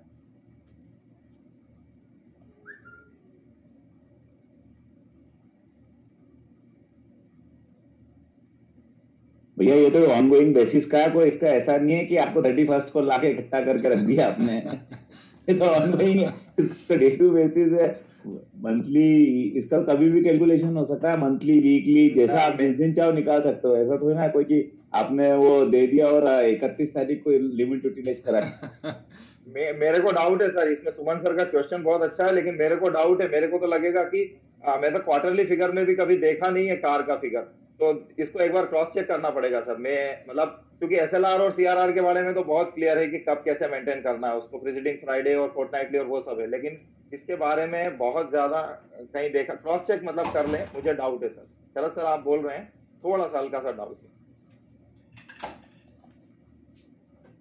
ठीक है, इसको डाउटफुल में रख देते हैं, उसको अपन क्रॉस चेक कर लेंगे। किसी के पास क्लियरिटी होगी एकदम से बिल्कुल तो शेयर कर लेंगे ग्रुप में। बैरागी सर हैं कि गायब हो गए? हो भैया बेटा। तो आज कैमरा काम कर रहा है ना, अपना कैमरा और वो वॉइस? हाँ कैमरा काम कर रहा है। ठीक है, आपका नेक्स्ट टॉपिक कल से ही आप मतलब बोलने के लिए बेताब है, लेकिन कल माइक ने धोखा दे दिया था। तो हाउसिंग फॉर ऑल, ये मिशन हाउसिंग फॉर ऑल। तो आज मिशन, आज मेरा topic mission housing for all. शुरू करूं? Yes sir. इसका मेन उद्देश्य ये है कि सभी को मकान उपलब्ध कराना, और उसमें खास करके जो झुग्गीवासी लोग हैं, स्लम ड्वेलर्स, तो उन लोगों को मकान उपलब्ध कराना है। तो इसके लिए क्या है कि उन्होंने अर्बन एरियाज को चूज किया है। तो अर्बन एरियाज इसलिए लिया है कि अभी जो अपनी पॉपुलेशन है उसका 31% जो है जनसंख्या अभी अर्बन सेंटर पे रह रही है, और 2030 तक ये 40% तक हो जाएगी। तो और जो पॉपुलेशन जो अर्बन सेंटर है और जो पॉपुलेशन है वहाँ पे, उसके हिसाब से ये अपना जो GDP है उसका 75% बनता है। और अर्बन सेंटर पे क्या रहता है कि वहाँ पे बेटर क्वालिटी लाइफ और जॉब अपॉर्चुनिटी होती है, तो इसलिए ज़्यादातर लोग मतलब रैपिड अर्बनाइज्ड हुए हैं। तो अब जो मकान वगैरह की जो शॉर्टेज है उसको एग्जामिन करने के लिए एक टेक्निकल कमेटी बनी थी 2012 में। तो उस कमेटी ने जो वो बताई थी शॉर्टेज, वो 1,87,80,00,000 मकानों की करीब शॉर्टेज उन्होंने बताई थी। फिर उनके द्वारा बताई गई जो शॉर्टेज है उसको ध्यान में रख के ministry of housing and urban affairs ने एक योजना अपने प्रधानमंत्री के नाम पे वो करी है, प्रधानमंत्री आवास योजना अर्बन, जो योजना लॉन्च करी है 2015 में। तो उसका उद्देश्य ऐसा था, उसका एम ये था कि housing for all by the year 2022 इसलिए चूज किया है कि तब अपना देश जो है स्वतंत्रता की 75वीं वर्षगांठ मनाता रहा होगा। तो 2022 तक जो है इस योजना में मकान जो बनाना है उसको जो डिमांड वैलिडेट उन्होंने करी है वो 1,12,00,000 मकान की करी है। और उसमें उन्होंने क्या करा है, उसको 4 वर्टिकल में डिवाइड कर दिया है। तो पहला वर्टिकल जो है ISSR, in situ slum redevelopment, दूसरा vertical credit link subsidy scheme, तीसरा है अफोर्डेबल हाउसिंग इन पार्टनरशिप, और चौथा वर्टिकल है बेनिफिशियरी लेड कंस्ट्रक्शन। तो अब पहले वर्टिकल जो है वो मेनली झुग्गी, पूरी तरह झुग्गीवासी लोगों पे ही केंद्रित है। उसके मतलब इकोनॉमिकल वीकर सेक्शन को उसमें लिया है। उसमें जो एरिया लिया उन्होंने, कारपेट एरिया वो लिया है 30 स्क्वायर मीटर, और उसमें जो सेंट्रल गवर्नमेंट जो ग्रांट सब्सिडी वगैरह देगा वो 1 लाख पर हाउस देगा, और उसको 3 फेज में रिलीज करेगा, 40%, 40% प्लस 20%, 3 इंस्टॉलमेंट में रिलीज करेगा। और दूसरा जो इसका वर्टिकल है वो CLSS subsidy, credit subsidy link scheme जो है, उसमें उन्होंने EWS और LIG, बाद में उन्होंने 2017 में इसमें MIG को भी जोड़ लिया है। तो इसमें जो है ये स्लम वाले जो उसमें पहली स्कीम में शामिल नहीं थे वो भी इसमें हो सकते हैं शामिल, और बाकी नॉन स्लम डेलर्स भी हैं इसमें। तो इसमें उन्होंने LIG में 60 स्क्वायर मीटर, MIG 1 में 160 स्क्वायर मीटर, MIG 2 में 200 स्क्वायर मीटर वाले को इसमें लिया है। और ये जो है अपन जो हाउस लोन देते हैं उस पर ये योजना काम करती है। तो उसमें उन्होंने जो इंटरेस्ट सब्सिडी जो है वो 6 लाख तक के लोन पे 6.5%, 9 लाख तक पे 4%, और 4% मतलब वो जो MIG वाले, और MIG 2 वाले जो हैं उनका 3%, 12 लाख रुपए तक के लोन पे। तो ये कैलकुलेट करते हैं, इसका कैलकुलेशन जो है EMI के अकॉर्डिंगली जो बैठता है वही 2,67,000 कुछ 800 रुपये कुछ बैठता है तीनों पे। तो वही उतनी ही सब्सिडी इसमें मिलती है। और ये जो है काम उनका क्वार्टरली बेसिस पे 70% जब कंप्लीट हो जाता है तब इसको क्लेम कर सकते हैं। तीसरी जो वर्टिकल है वो है AHP, affordable housing in partnership. तो इसमें ये है कि जो भी मकान बनेंगे उसमें से जो 35% है वो EWS के लिए रिजर्व रहेंगे। वो प्रोजेक्ट चाहे कितना भी बड़ा हो, तो एटलीस्ट 250 मकान का वो प्रोजेक्ट रहता है, उसमें 35% जो है वो EWS के लिए रिजर्व रहता है। और उसमें वो 30 स्क्वायर मीटर तक ही रहते हैं EWS कैटेगरी के लिए। अपन भी जैसे कॉलोनी वगैरह में देखते हैं, जो ये कॉलोनी वगैरह कटती है तो उसमें भी ये छोटे छोटे लोगों को अपन इकोनॉमिकल वीकर सेक्शन को, अभी जो प्राइवेट कॉलोनी और सरकारी कॉलोनी है उसमें अपन देख ही रहे हैं इनको भी। और इसमें जो सब्सिडी है वो 1,50,000 पर EWS है, उसमें भी 40%, 40% और 20% का 3 इंस्टॉलमेंट में ये देना है। चौथा वर्टिकल जो है बेनिफिशियरी लेड कंस्ट्रक्शन है, उसमें EWS है, 30 स्क्वायर मीटर ही है और 1.5 लाख रुपए पर हाउस है, और ये भी 3 इंस्टॉलमेंट में है। अब इसका जो एक बाद में एक वर्टिकल और बाद में शामिल कर लिया, वो भी आत्मनिर्भर भारत, जब ये कोविड-19 में जो आत्मनिर्भर भारत जो वो प्रोग्राम आया था उसके अंदर एक और इन्होंने जो ये माइग्रेंट हो रहे हैं, लेबर जो माइग्रेंट हो रही है, तो वो क्या है कि जनरली अर्बन एरिया में आएंगे तो जिनके पास में कहीं मकान है जहाँ के वो नेटिव रहने वाले हैं, वहाँ पे उनके पास मकान है या जमीन का कोई टुकड़ा है ना, और वो यहाँ अर्बन सेंटर पे मकान लेना नहीं चाहते हैं, तो वो किराया बचाने के लिए डेफिनेटली इन झुग्गियों में या खराब जगह में ही रहेंगे वो। तो उन लोगों को मकान उपलब्ध कराने के लिए कि वो जो PPP मॉडल बताया था, तो उसमें भी एक ये योजना लाए हैं। तो उसमें ये मकान बना के उनको किराए पे उपलब्ध करवाएंगे। तो ये योजना है, और योजना जो है ये 4,550 शहरों में मार्च 22 तक जो मकान इनको बनाना थे, जो इनको टारगेट दिया था 1 करोड़ 12 लाख मकान का, तो उसमें से ये करीब 35 लाख मकान तो दे चुके हैं, 67 लाख अभी तक बन चुके हैं, उसमें 33 लाख जो है ये अलॉट कर चुके हैं। और जो इनका जो बजट था 72,646 करोड़ रुपए का, उसमें अभी ये 6.42 लाख करोड़ ही खर्च कर पाए हैं। 6.42 लाख करोड़ में से 72,646 करोड़ ये खर्च कर पाए हैं। तो इस योजना में बहुत ज्यादा कुछ है नहीं, परंतु ये इसके बारे में कुछ अपनों को पता होना चाहिए। हाँ जी सर, सुमन सर। सर एक चीज बताइए, ये जो स्कीम है ये गवर्नमेंट ऑफ इंडिया की स्कीम है?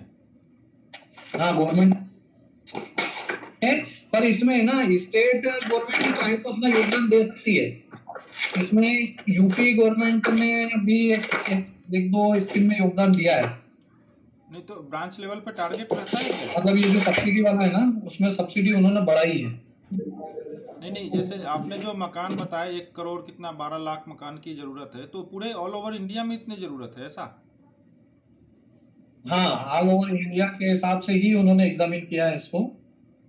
तो अपने और सब्सिडी में मतलब स्टेट गवर्नमेंट जुड़ सकती है इसमें। नहीं तो ब्रांच लेवल पे इसके लिए टारगेट अलग से आता है क्या डिटेल बैंकिंग में?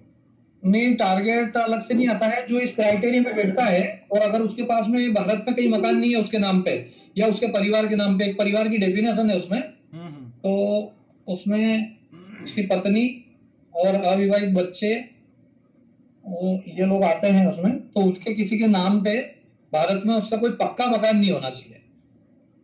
हाँ, लेकिन ब्रांच लेवल पे जो ये प्रपोजल आता है तो ये गवर्नमेंट की हाँ, उसमें 18 लाख तक की इनकम वाले लोग आ जाते हैं उसमें। तो ये जो एरिया बताया है कारपेट एरिया और इनकम, इन दोनों पैरामीटर में जो बैठता है तो उसको इंटरेस्ट सब्सिडी मिलती है। नहीं वो तो ठीक है, लेकिन ये जो प्रपोजल ब्रांच में आएगा तो गवर्नमेंट के अथॉरिटी की तरफ से आता है कि डायरेक्ट कस्टमर अपने पास परस्यू करता है? नहीं, ये जो कोई हाउस लोन लेने आता है उससे एक अंडरटेकिंग ले लेते हैं और उसको ऑनलाइन ही अप्लाई करते हैं अपने। मेरे ख्याल से इसमें एलओएस के अंदर ही कोई कुछ फंक्शन दिया है उसका, यस नो का। अच्छा, उससे डाटा एक्सट्रैक्ट हो जाता होगा कि इस क्राइटेरिया में हाँ, कितने लोगों को लोन दिया है। हाँ। और कोई इसमें ऐड करना चाहे तो? जो प्रोडक्ट कोड खुलता है वो भी, उसमें भी फर्क है हाउसिंग लोन के। अच्छा, उसी से आरएससीपीसी वगैरह उसको ट्रैक करके भेजते हैं। दूसरा इसमें मेरा एक वेराइटी भी मेरे मन में भी क्वेश्चन था, ये अभी जब मैं स्टैट्यूटरी ऑडिट करा रहा था तो जो जैसे ही डिसबर्समेंट हुआ उसकी सब्सिडी आ जाती है विद इन 6 मंथ्स। हाँ, है ना? अभी 15 लाख रुपए के लोन थे, उसमें 2,67,000 2,70,000 ऐसी सब्सिडी आ गई। तो ये क्या फ्रंट एंड सब्सिडी तो पूरे सालों की एक साथ दे देते हैं क्या पहले?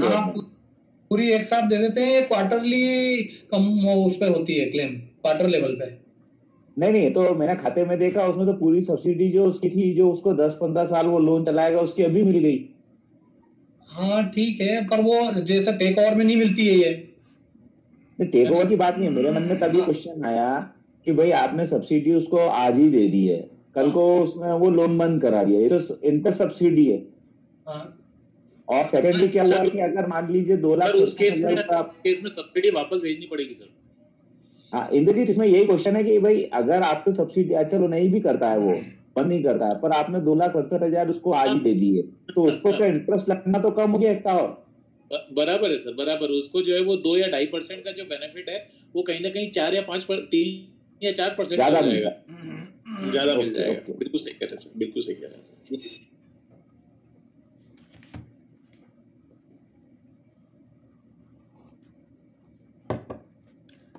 तो इस पे कोई क्वेश्चन अगर नहीं हो किसी भी साथी का, तो शरद सर आप अपना टॉपिक लीजिए ना।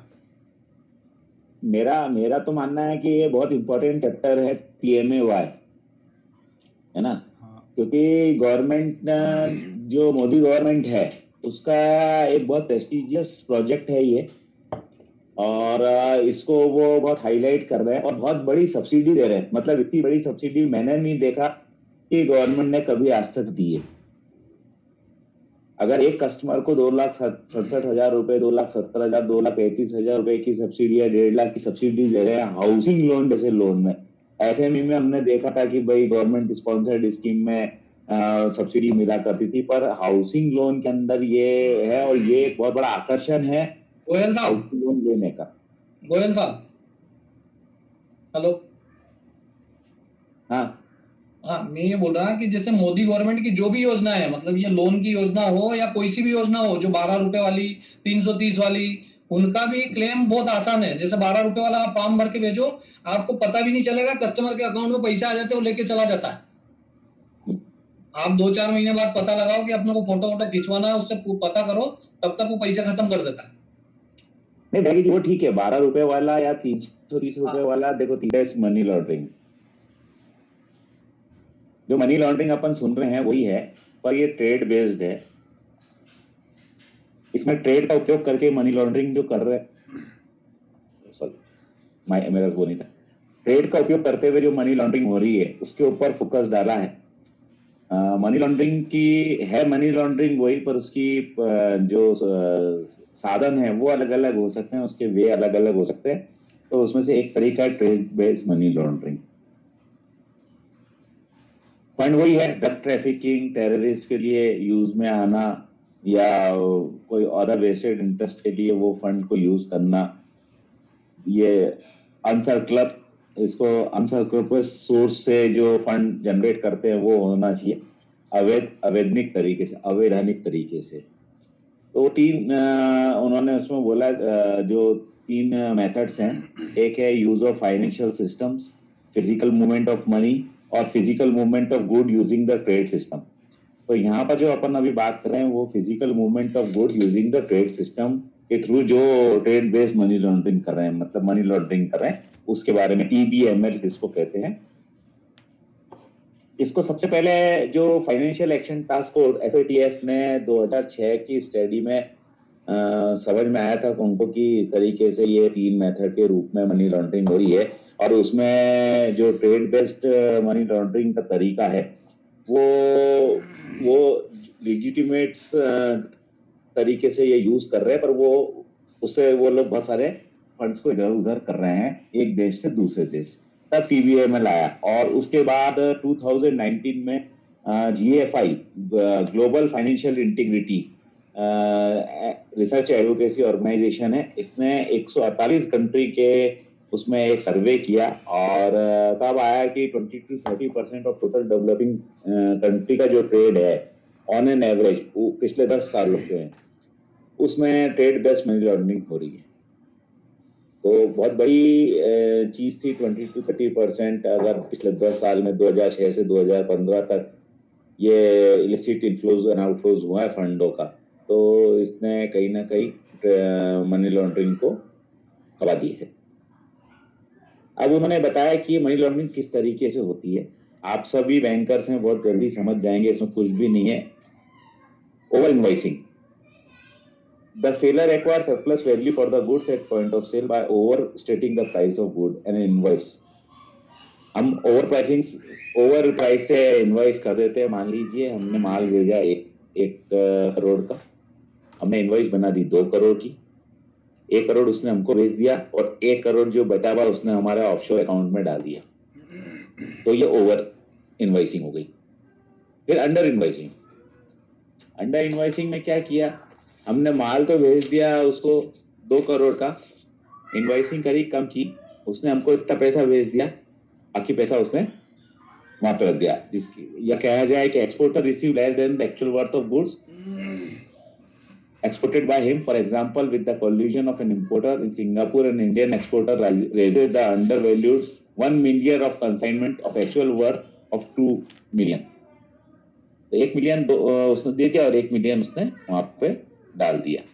मल्टीपल इनवॉइसिंग, हमने एक ही गुड्स की 2-3 इनवॉइसिंग कर दी, अलग अलग अमेंड करके कुछ उस बिल्स को वो कर दी, तो उससे भी हमारा पास हमने जो है मनी लॉन्ड्रिंग कर ली। शॉर्ट शिपमेंट, भाई हमने 10 सेलर ने हमको कम गुड भेजा और पैसा पूरा ले लिया, या इंफीरियर क्वालिटी का गुड भेजा, पैसा पूरा ले लिया, और उसने वो पैसा वहां पे यूज कर लिया, हमारे ऑफशोर अकाउंट में डाल दिया, या जो भी उसको वहां पे करना था, वो इस टाइप से मनी लॉन्ड्रिंग कर ली। एक होता फैंटम शिपमेंट, ये नया नाम समझ में आया मेरे को, मैंने पढ़ा नहीं था इसके। इसमें कुछ भी नहीं भेजा उसने, सिंपली उसने पेपर्स भेजे और पैसा इधर का उधर कर दिया, सारे डॉक्यूमेंट्स प्रोसेस कर लिए और उसने पैसा इधर का उधर कर लिया।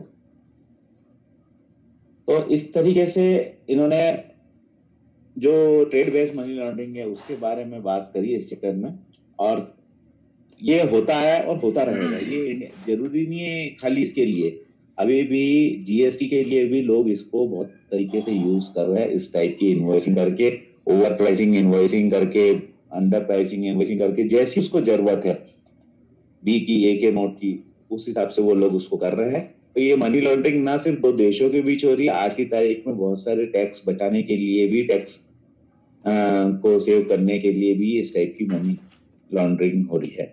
एक सर्कुलर ट्रेडिंग भी करते हैं जो आप सभी को मालूम है, selling the same good repeatedly to cover, एक ही गुड्स को बार बार बेचते हैं और उसको एक तरह की मनी लॉन्ड्रिंग कर लेते हैं। ये कि movement of same good can be from one country to another, और उसको अगेन दिखा करके वो कर सकते हैं। इसी में उन्होंने कहा है कि एक रेड फ्लैग की बात भी करी है, इसको हालांकि मैं ढंग से देख नहीं पाया था, पर रेड फ्लैग ये जब हम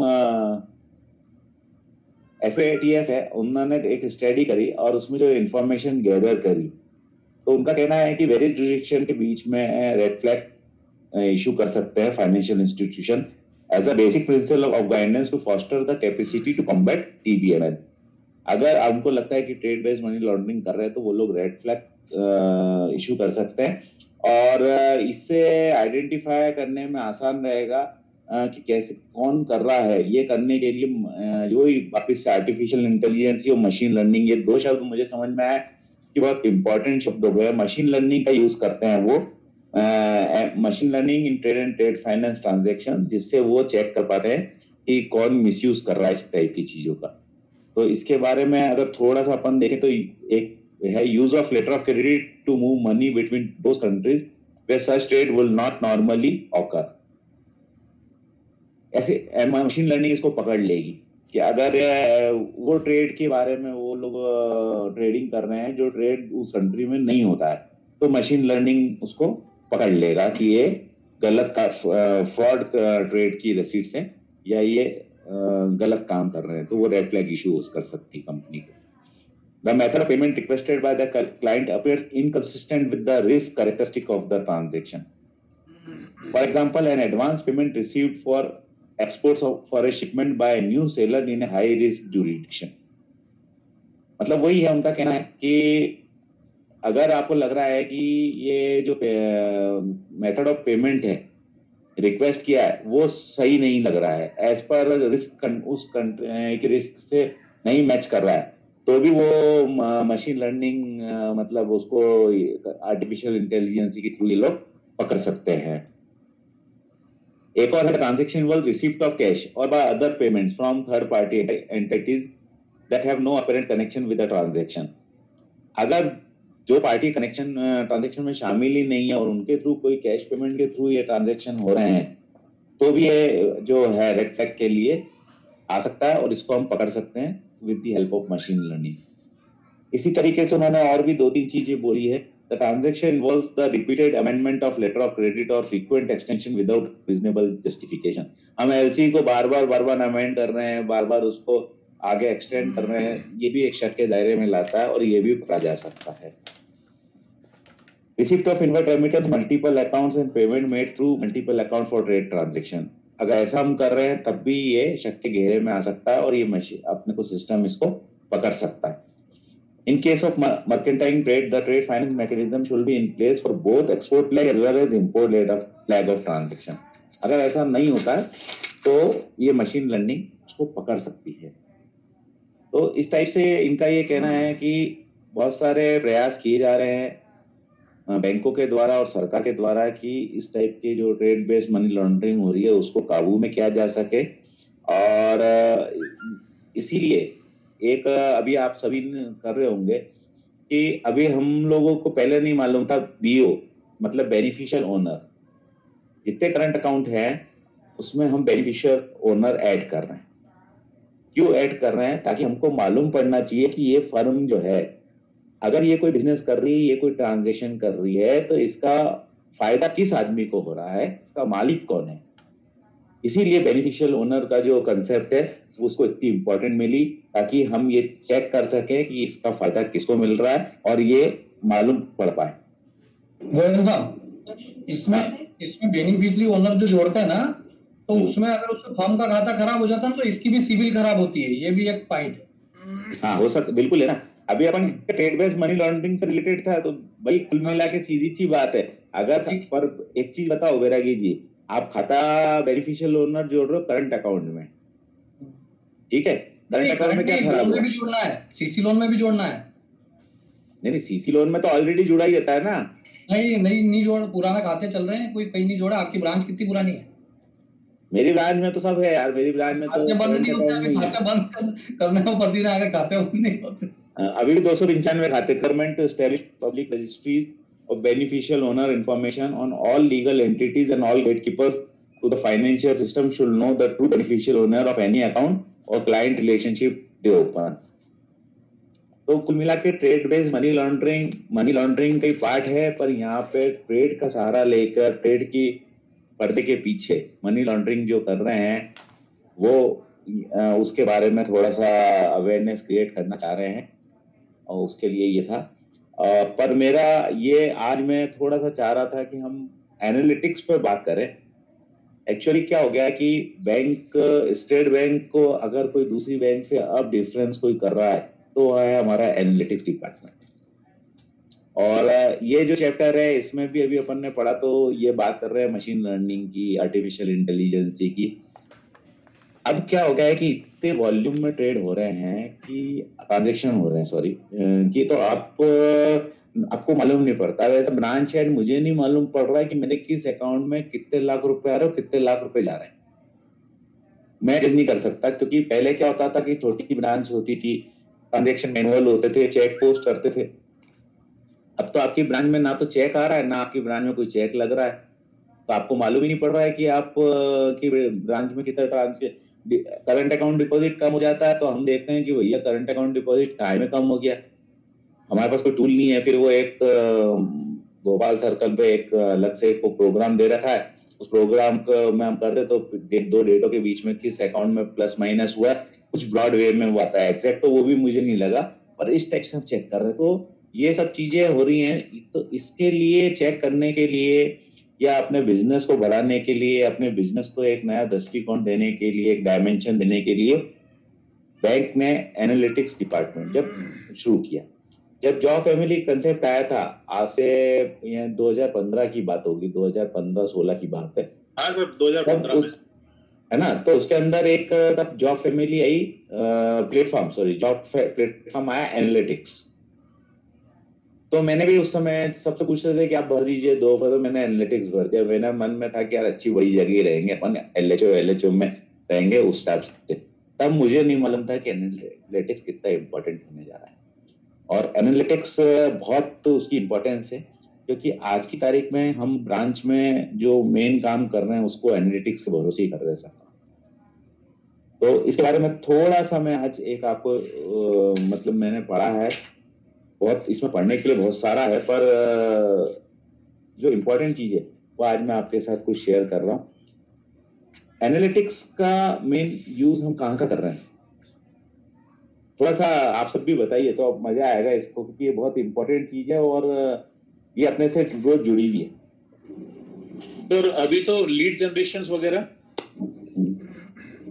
एनालिटिक्स हम कहाँ का यूज कर रहे हैं आज की तारीख में? इंटेलिजेंट सैंपलिंग वाउचर, आईसोवीवीआर। अच्छा, आईसोवीवीआर क्या? आईसोवीवीआर क्या है? आईसोवीवीआर हम सब कर रहे हैं, हर ब्रांच मैनेजर कर रहा है, तो क्या है वो? सर सैंपलिंग बेसिस पे वीवीआर का चेकिंग है। कौन से ट्रांजैक्शन आते हैं उसमें? सर बीजीएल ट्रांजैक्शंस भी आते हैं। कितने % ट्रांजैक्शन आते हैं उसमें? 5%। 4% ट्रांजैक्शन आते हैं। और जो सिस्टम को के पैरामीटर से बाहर होते हैं वो ट्रांजैक्शन, वो उसमें आते हैं। जैसे आपने स्टाफ अकाउंट क्रेडिट हो गया। दूसरा, दोनों लेग आपकी ब्रांच में नहीं है, या आपने कोई इनकम अकाउंट को डेबिट कर दिया। इस टाइप के जितने ट्रांजैक्शन है सब उसमें आ रहे हैं वो, ठीक है। और 4% आते हैं, ये जरूर ध्यान रखिए। और सबसे बड़ा, आपको इसके अलावा और क्या क्या एनालिटिक्स क्या मदद कर रहा है आपको बताइए। एक कर रहा है आपको दे रहा है वो फुटफॉल एनालिसिस। देखा आपने आपकी ब्रांच को फुटफॉल रेशियो? नहीं देखा, पर वो एक फुटफॉल एनालिसिस कर रहा है। दूसरा हमको लीड दे रहा है, इंद्रजीत ने बताया। लीड कौन कौन सी दे रहा है? प्री अप्रूव्ड पर्सनल लोन्स की, पीएपीएल में सारे मान लीजिए अपन, सारे तरह पेंशन वेंशन सब मिलाकर। उसके अलावा प्री अप्रूव्ड बिजनेस लोन की, बिजनेस लोन। उसके अलावा क्या दे रहा है? क्रेडिट कार्ड की, हाँ, शिखर की लीड दे रहा है। उसके अलावा हाउसिंग लोन के लिए हमको लीड दे रहा है, कार लोन के लिए लीड दे रहा है, गोल्ड लोन के लिए लीड दे रहा है, चार्जेस एनालिसिस दे रहा है, डीमेट अकाउंट के लिए लीड दे रहा है, और बता रहा है फ्रॉड प्रोन ब्रांचेस कौन सी हैं। ठीक है, तो ये सब चीजें हमको सारे एनालिटिक्स डिपार्टमेंट की मदद से मिल रही हैं। और इसमें जो हमारा मेन वो है उनके पीछे, वो ये है कि हम हमारे कस्टमर को, यंग कस्टमर को अट्रैक्ट कर सकें जो पूरा डिजिटल चाहता है। तो अगर ये सब चीजें किसी मदद से कर रहे हैं वो, जो हमारे पास बिग डाटा है बैंक के पास, और उस डाटा को वो आर्टिफिशियल इंटेलिजेंस से, मशीन लर्निंग से, डिफरेंट टूल्स यूज करके वो हमको ये बना के देते हैं। इसमें जैसे कि प्रोजेक्ट शिखर अपन ने बात कर ली, पीएपीएल हो गया, पीएबीएल हो गया, फ्रॉड प्रोन ब्रांचेस हो गई, फुटफॉल रिडक्शन हो गया, चार्जेस एनालिसिस हो गया, आईटी इंफ्रिंजमेंट, आइसोवीआर, इनकम लीकेज। अच्छा, एक इनकम लीकेज बहुत इंपॉर्टेंट है इसमें।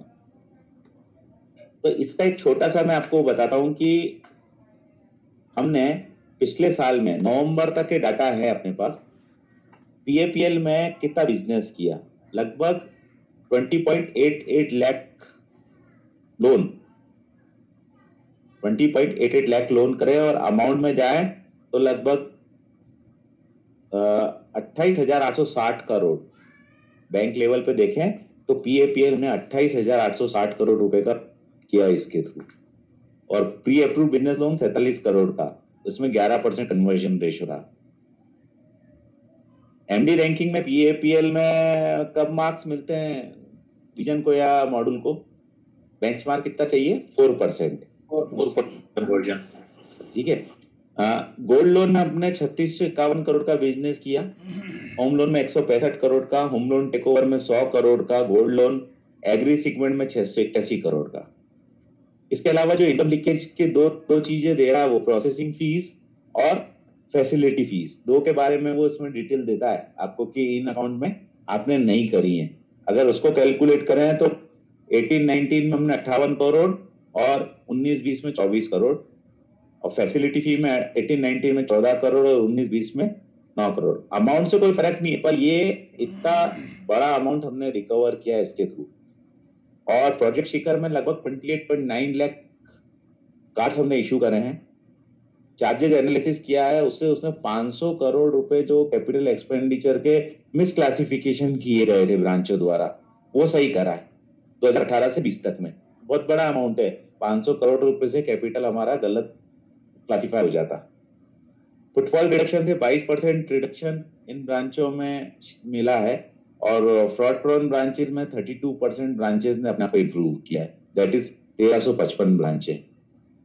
तो इस तरीके से अगर अपन बात करें तो एनालिटिक्स का एक बहुत इंपॉर्टेंट रोल है। एनालिटिक्स बहुत बड़ा है, इसको आज एक दिन में मैं नहीं लूंगा, पर 2-3 दिन में इसमें बात करेंगे।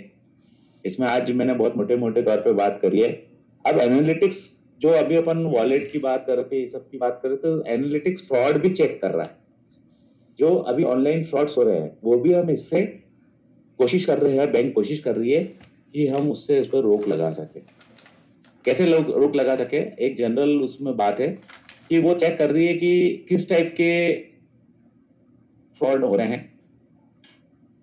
जो फ्रॉड कर रहे हैं वो कस्टमर ने जो ट्रांजैक्शन आज तक करता है उससे अलग हट के ट्रांजैक्शन किया है, तो वो उनको मालूम पड़ जाएगा।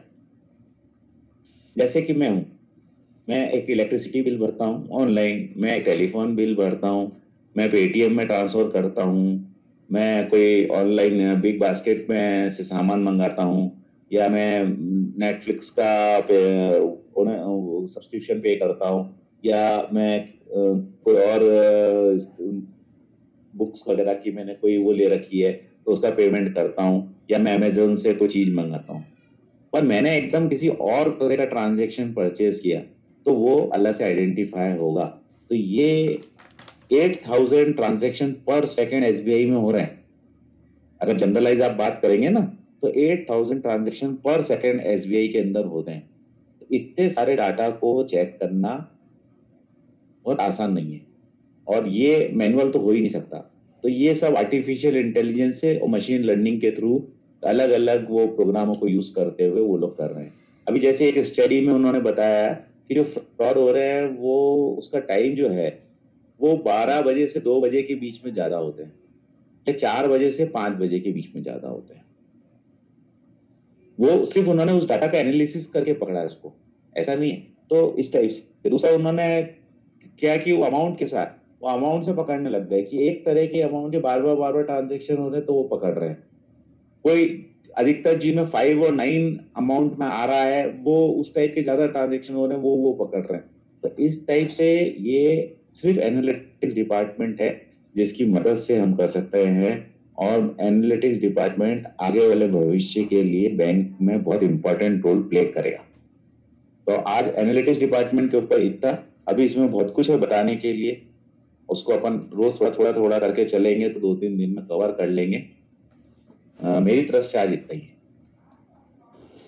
सर आपका एक क्वेश्चन था कि वो पीएमएवाई में सब्सिडी लमसम अमाउंट में पहले ही मिल जा रही है।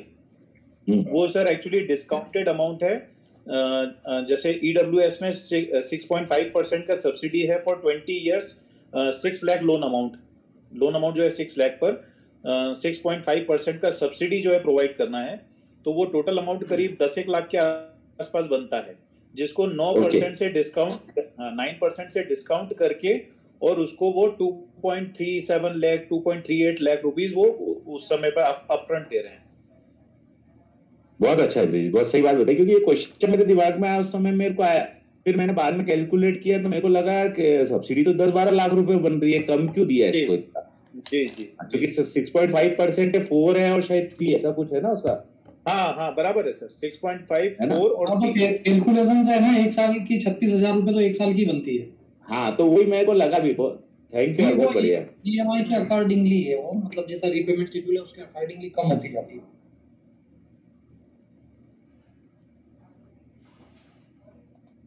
ठीक है सर, तो आज का तो टाइम 11:30 हो रहा है। आई थिंक अब अपन बाइंड अप की तरफ चलें तो बेहतर है।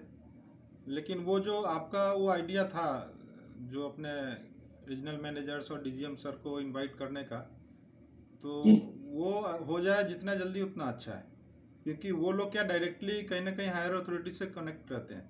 तो अपने को उनका जो भी इनपुट मिलेगा वो बहुत बेनिफिशियल रहेगा। नॉलेज तो है ही जो हम लोग कर रहे हैं, लेकिन वो क्या एक्सपेक्टेशन रहता है हायर अथॉरिटी का स्केल 5 से, वो बहुत अच्छे तरीके से अपने को मालूम चल सकता है। तो वो अपना इस वीक में अगर संडे तक में एक भी कोई हो जाएंगे ना, वो तो सर को अपन जब बोल लेंगे तब हो जाएगा, कोई वो बड़ी बात नहीं है। ठीक है, अपन एक बार जो स्केल 4 वाला ग्रुप है उसमें भी बात कर लेते हैं। Yes sir. अगर होगा तो फिर अपन कल तो नहीं, परसों से अपन कर लेंगे, सैटरडे को कर लेंगे। हाँ, अभी 2 दिन की छुट्टी है, सैटरडे संडे में किसी दिन अपन कर सकते हैं। दूसरा मेरा इसमें सभी से रिक्वेस्ट है कि एक जो रफिया है, रफिया पे एक कमेंट्री कोई तैयार कर ले ताकि अपने को हेल्पफुल रहे। अब उसमें ब्रांच वाला ही करे तो ज्यादा अच्छा है, वो इंद्रजीत भी कर सकता है या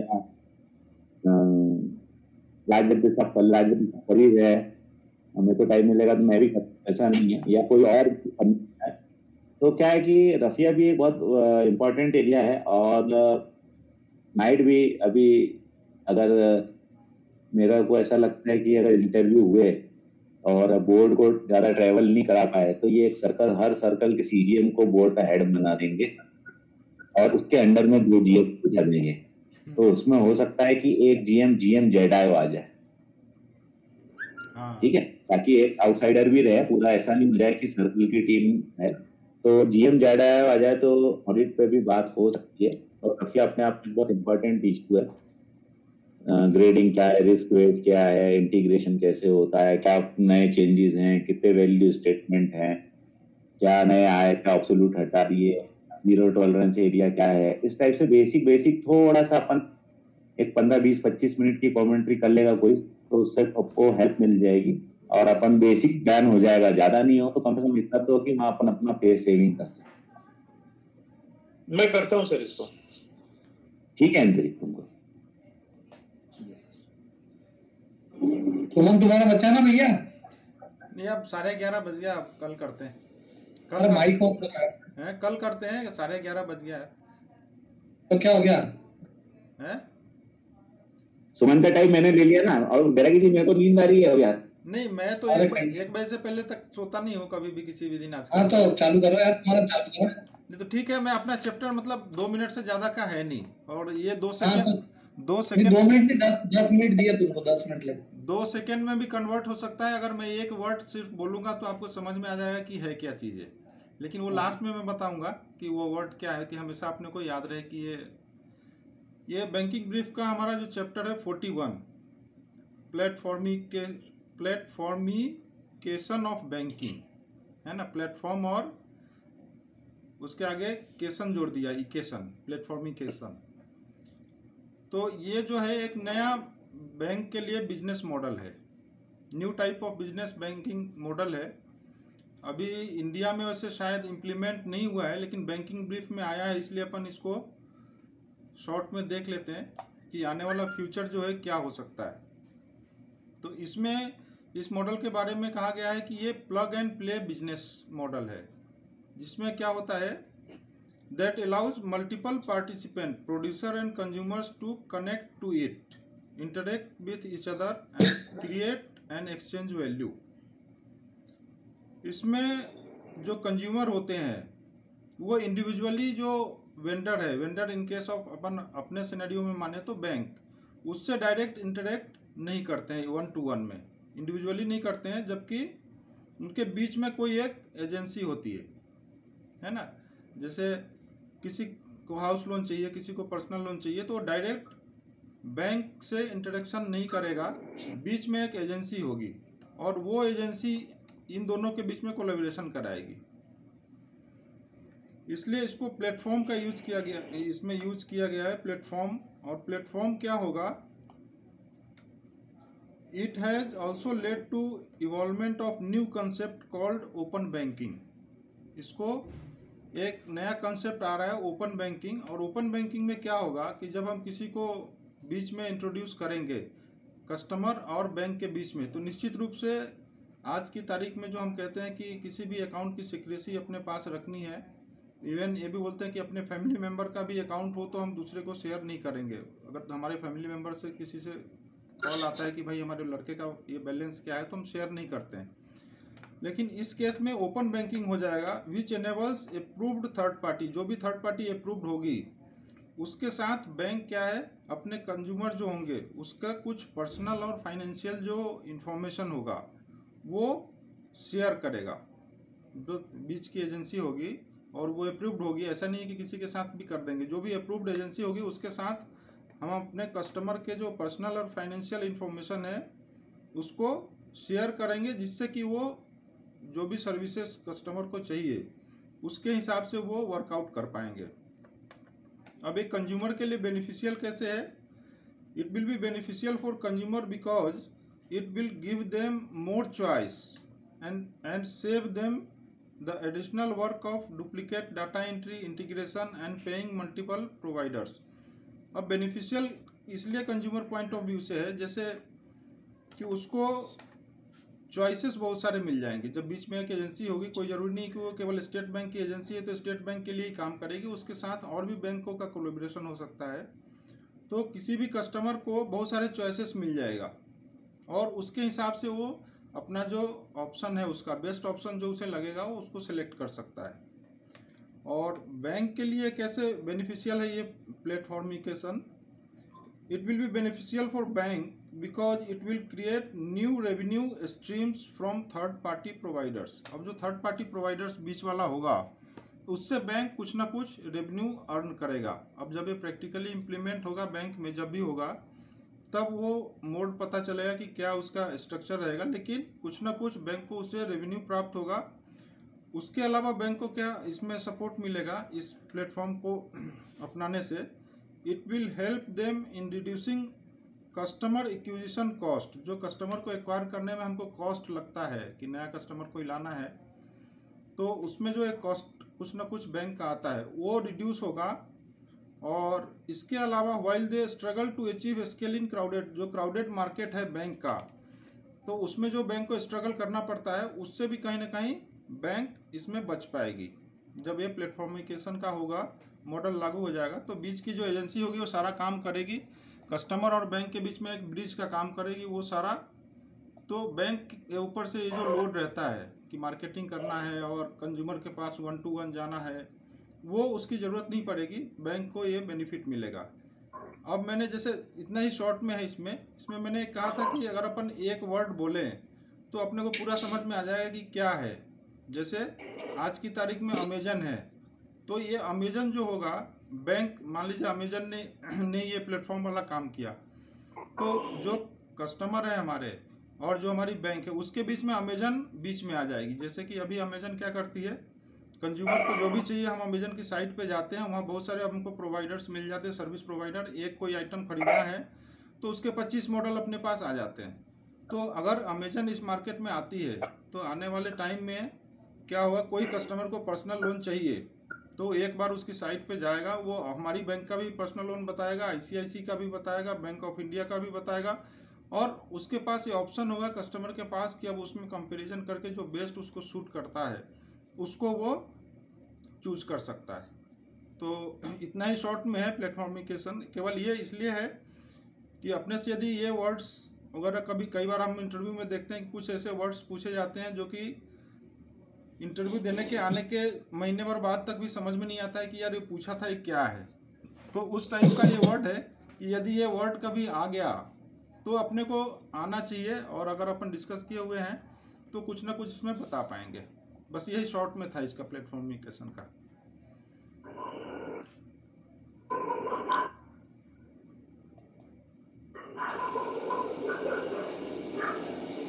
सब जग रहे हैं कि सो गए? जग रहे हैं सर। मुझे समझा कराटे की आवाज इनकी आ रही है।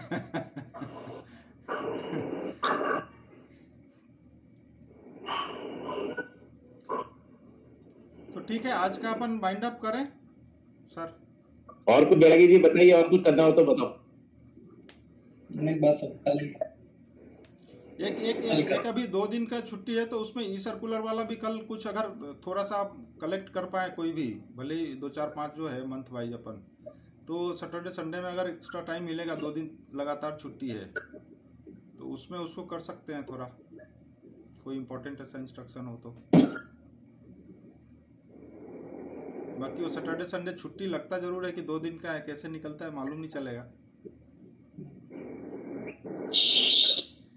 ठीक है बैरागी जी? हाँ ठीक है। तो ठीक है, कल मिलते हैं sir. Okay, good night. Good night okay sir, good night. Good night sir. Good night sir. Good night.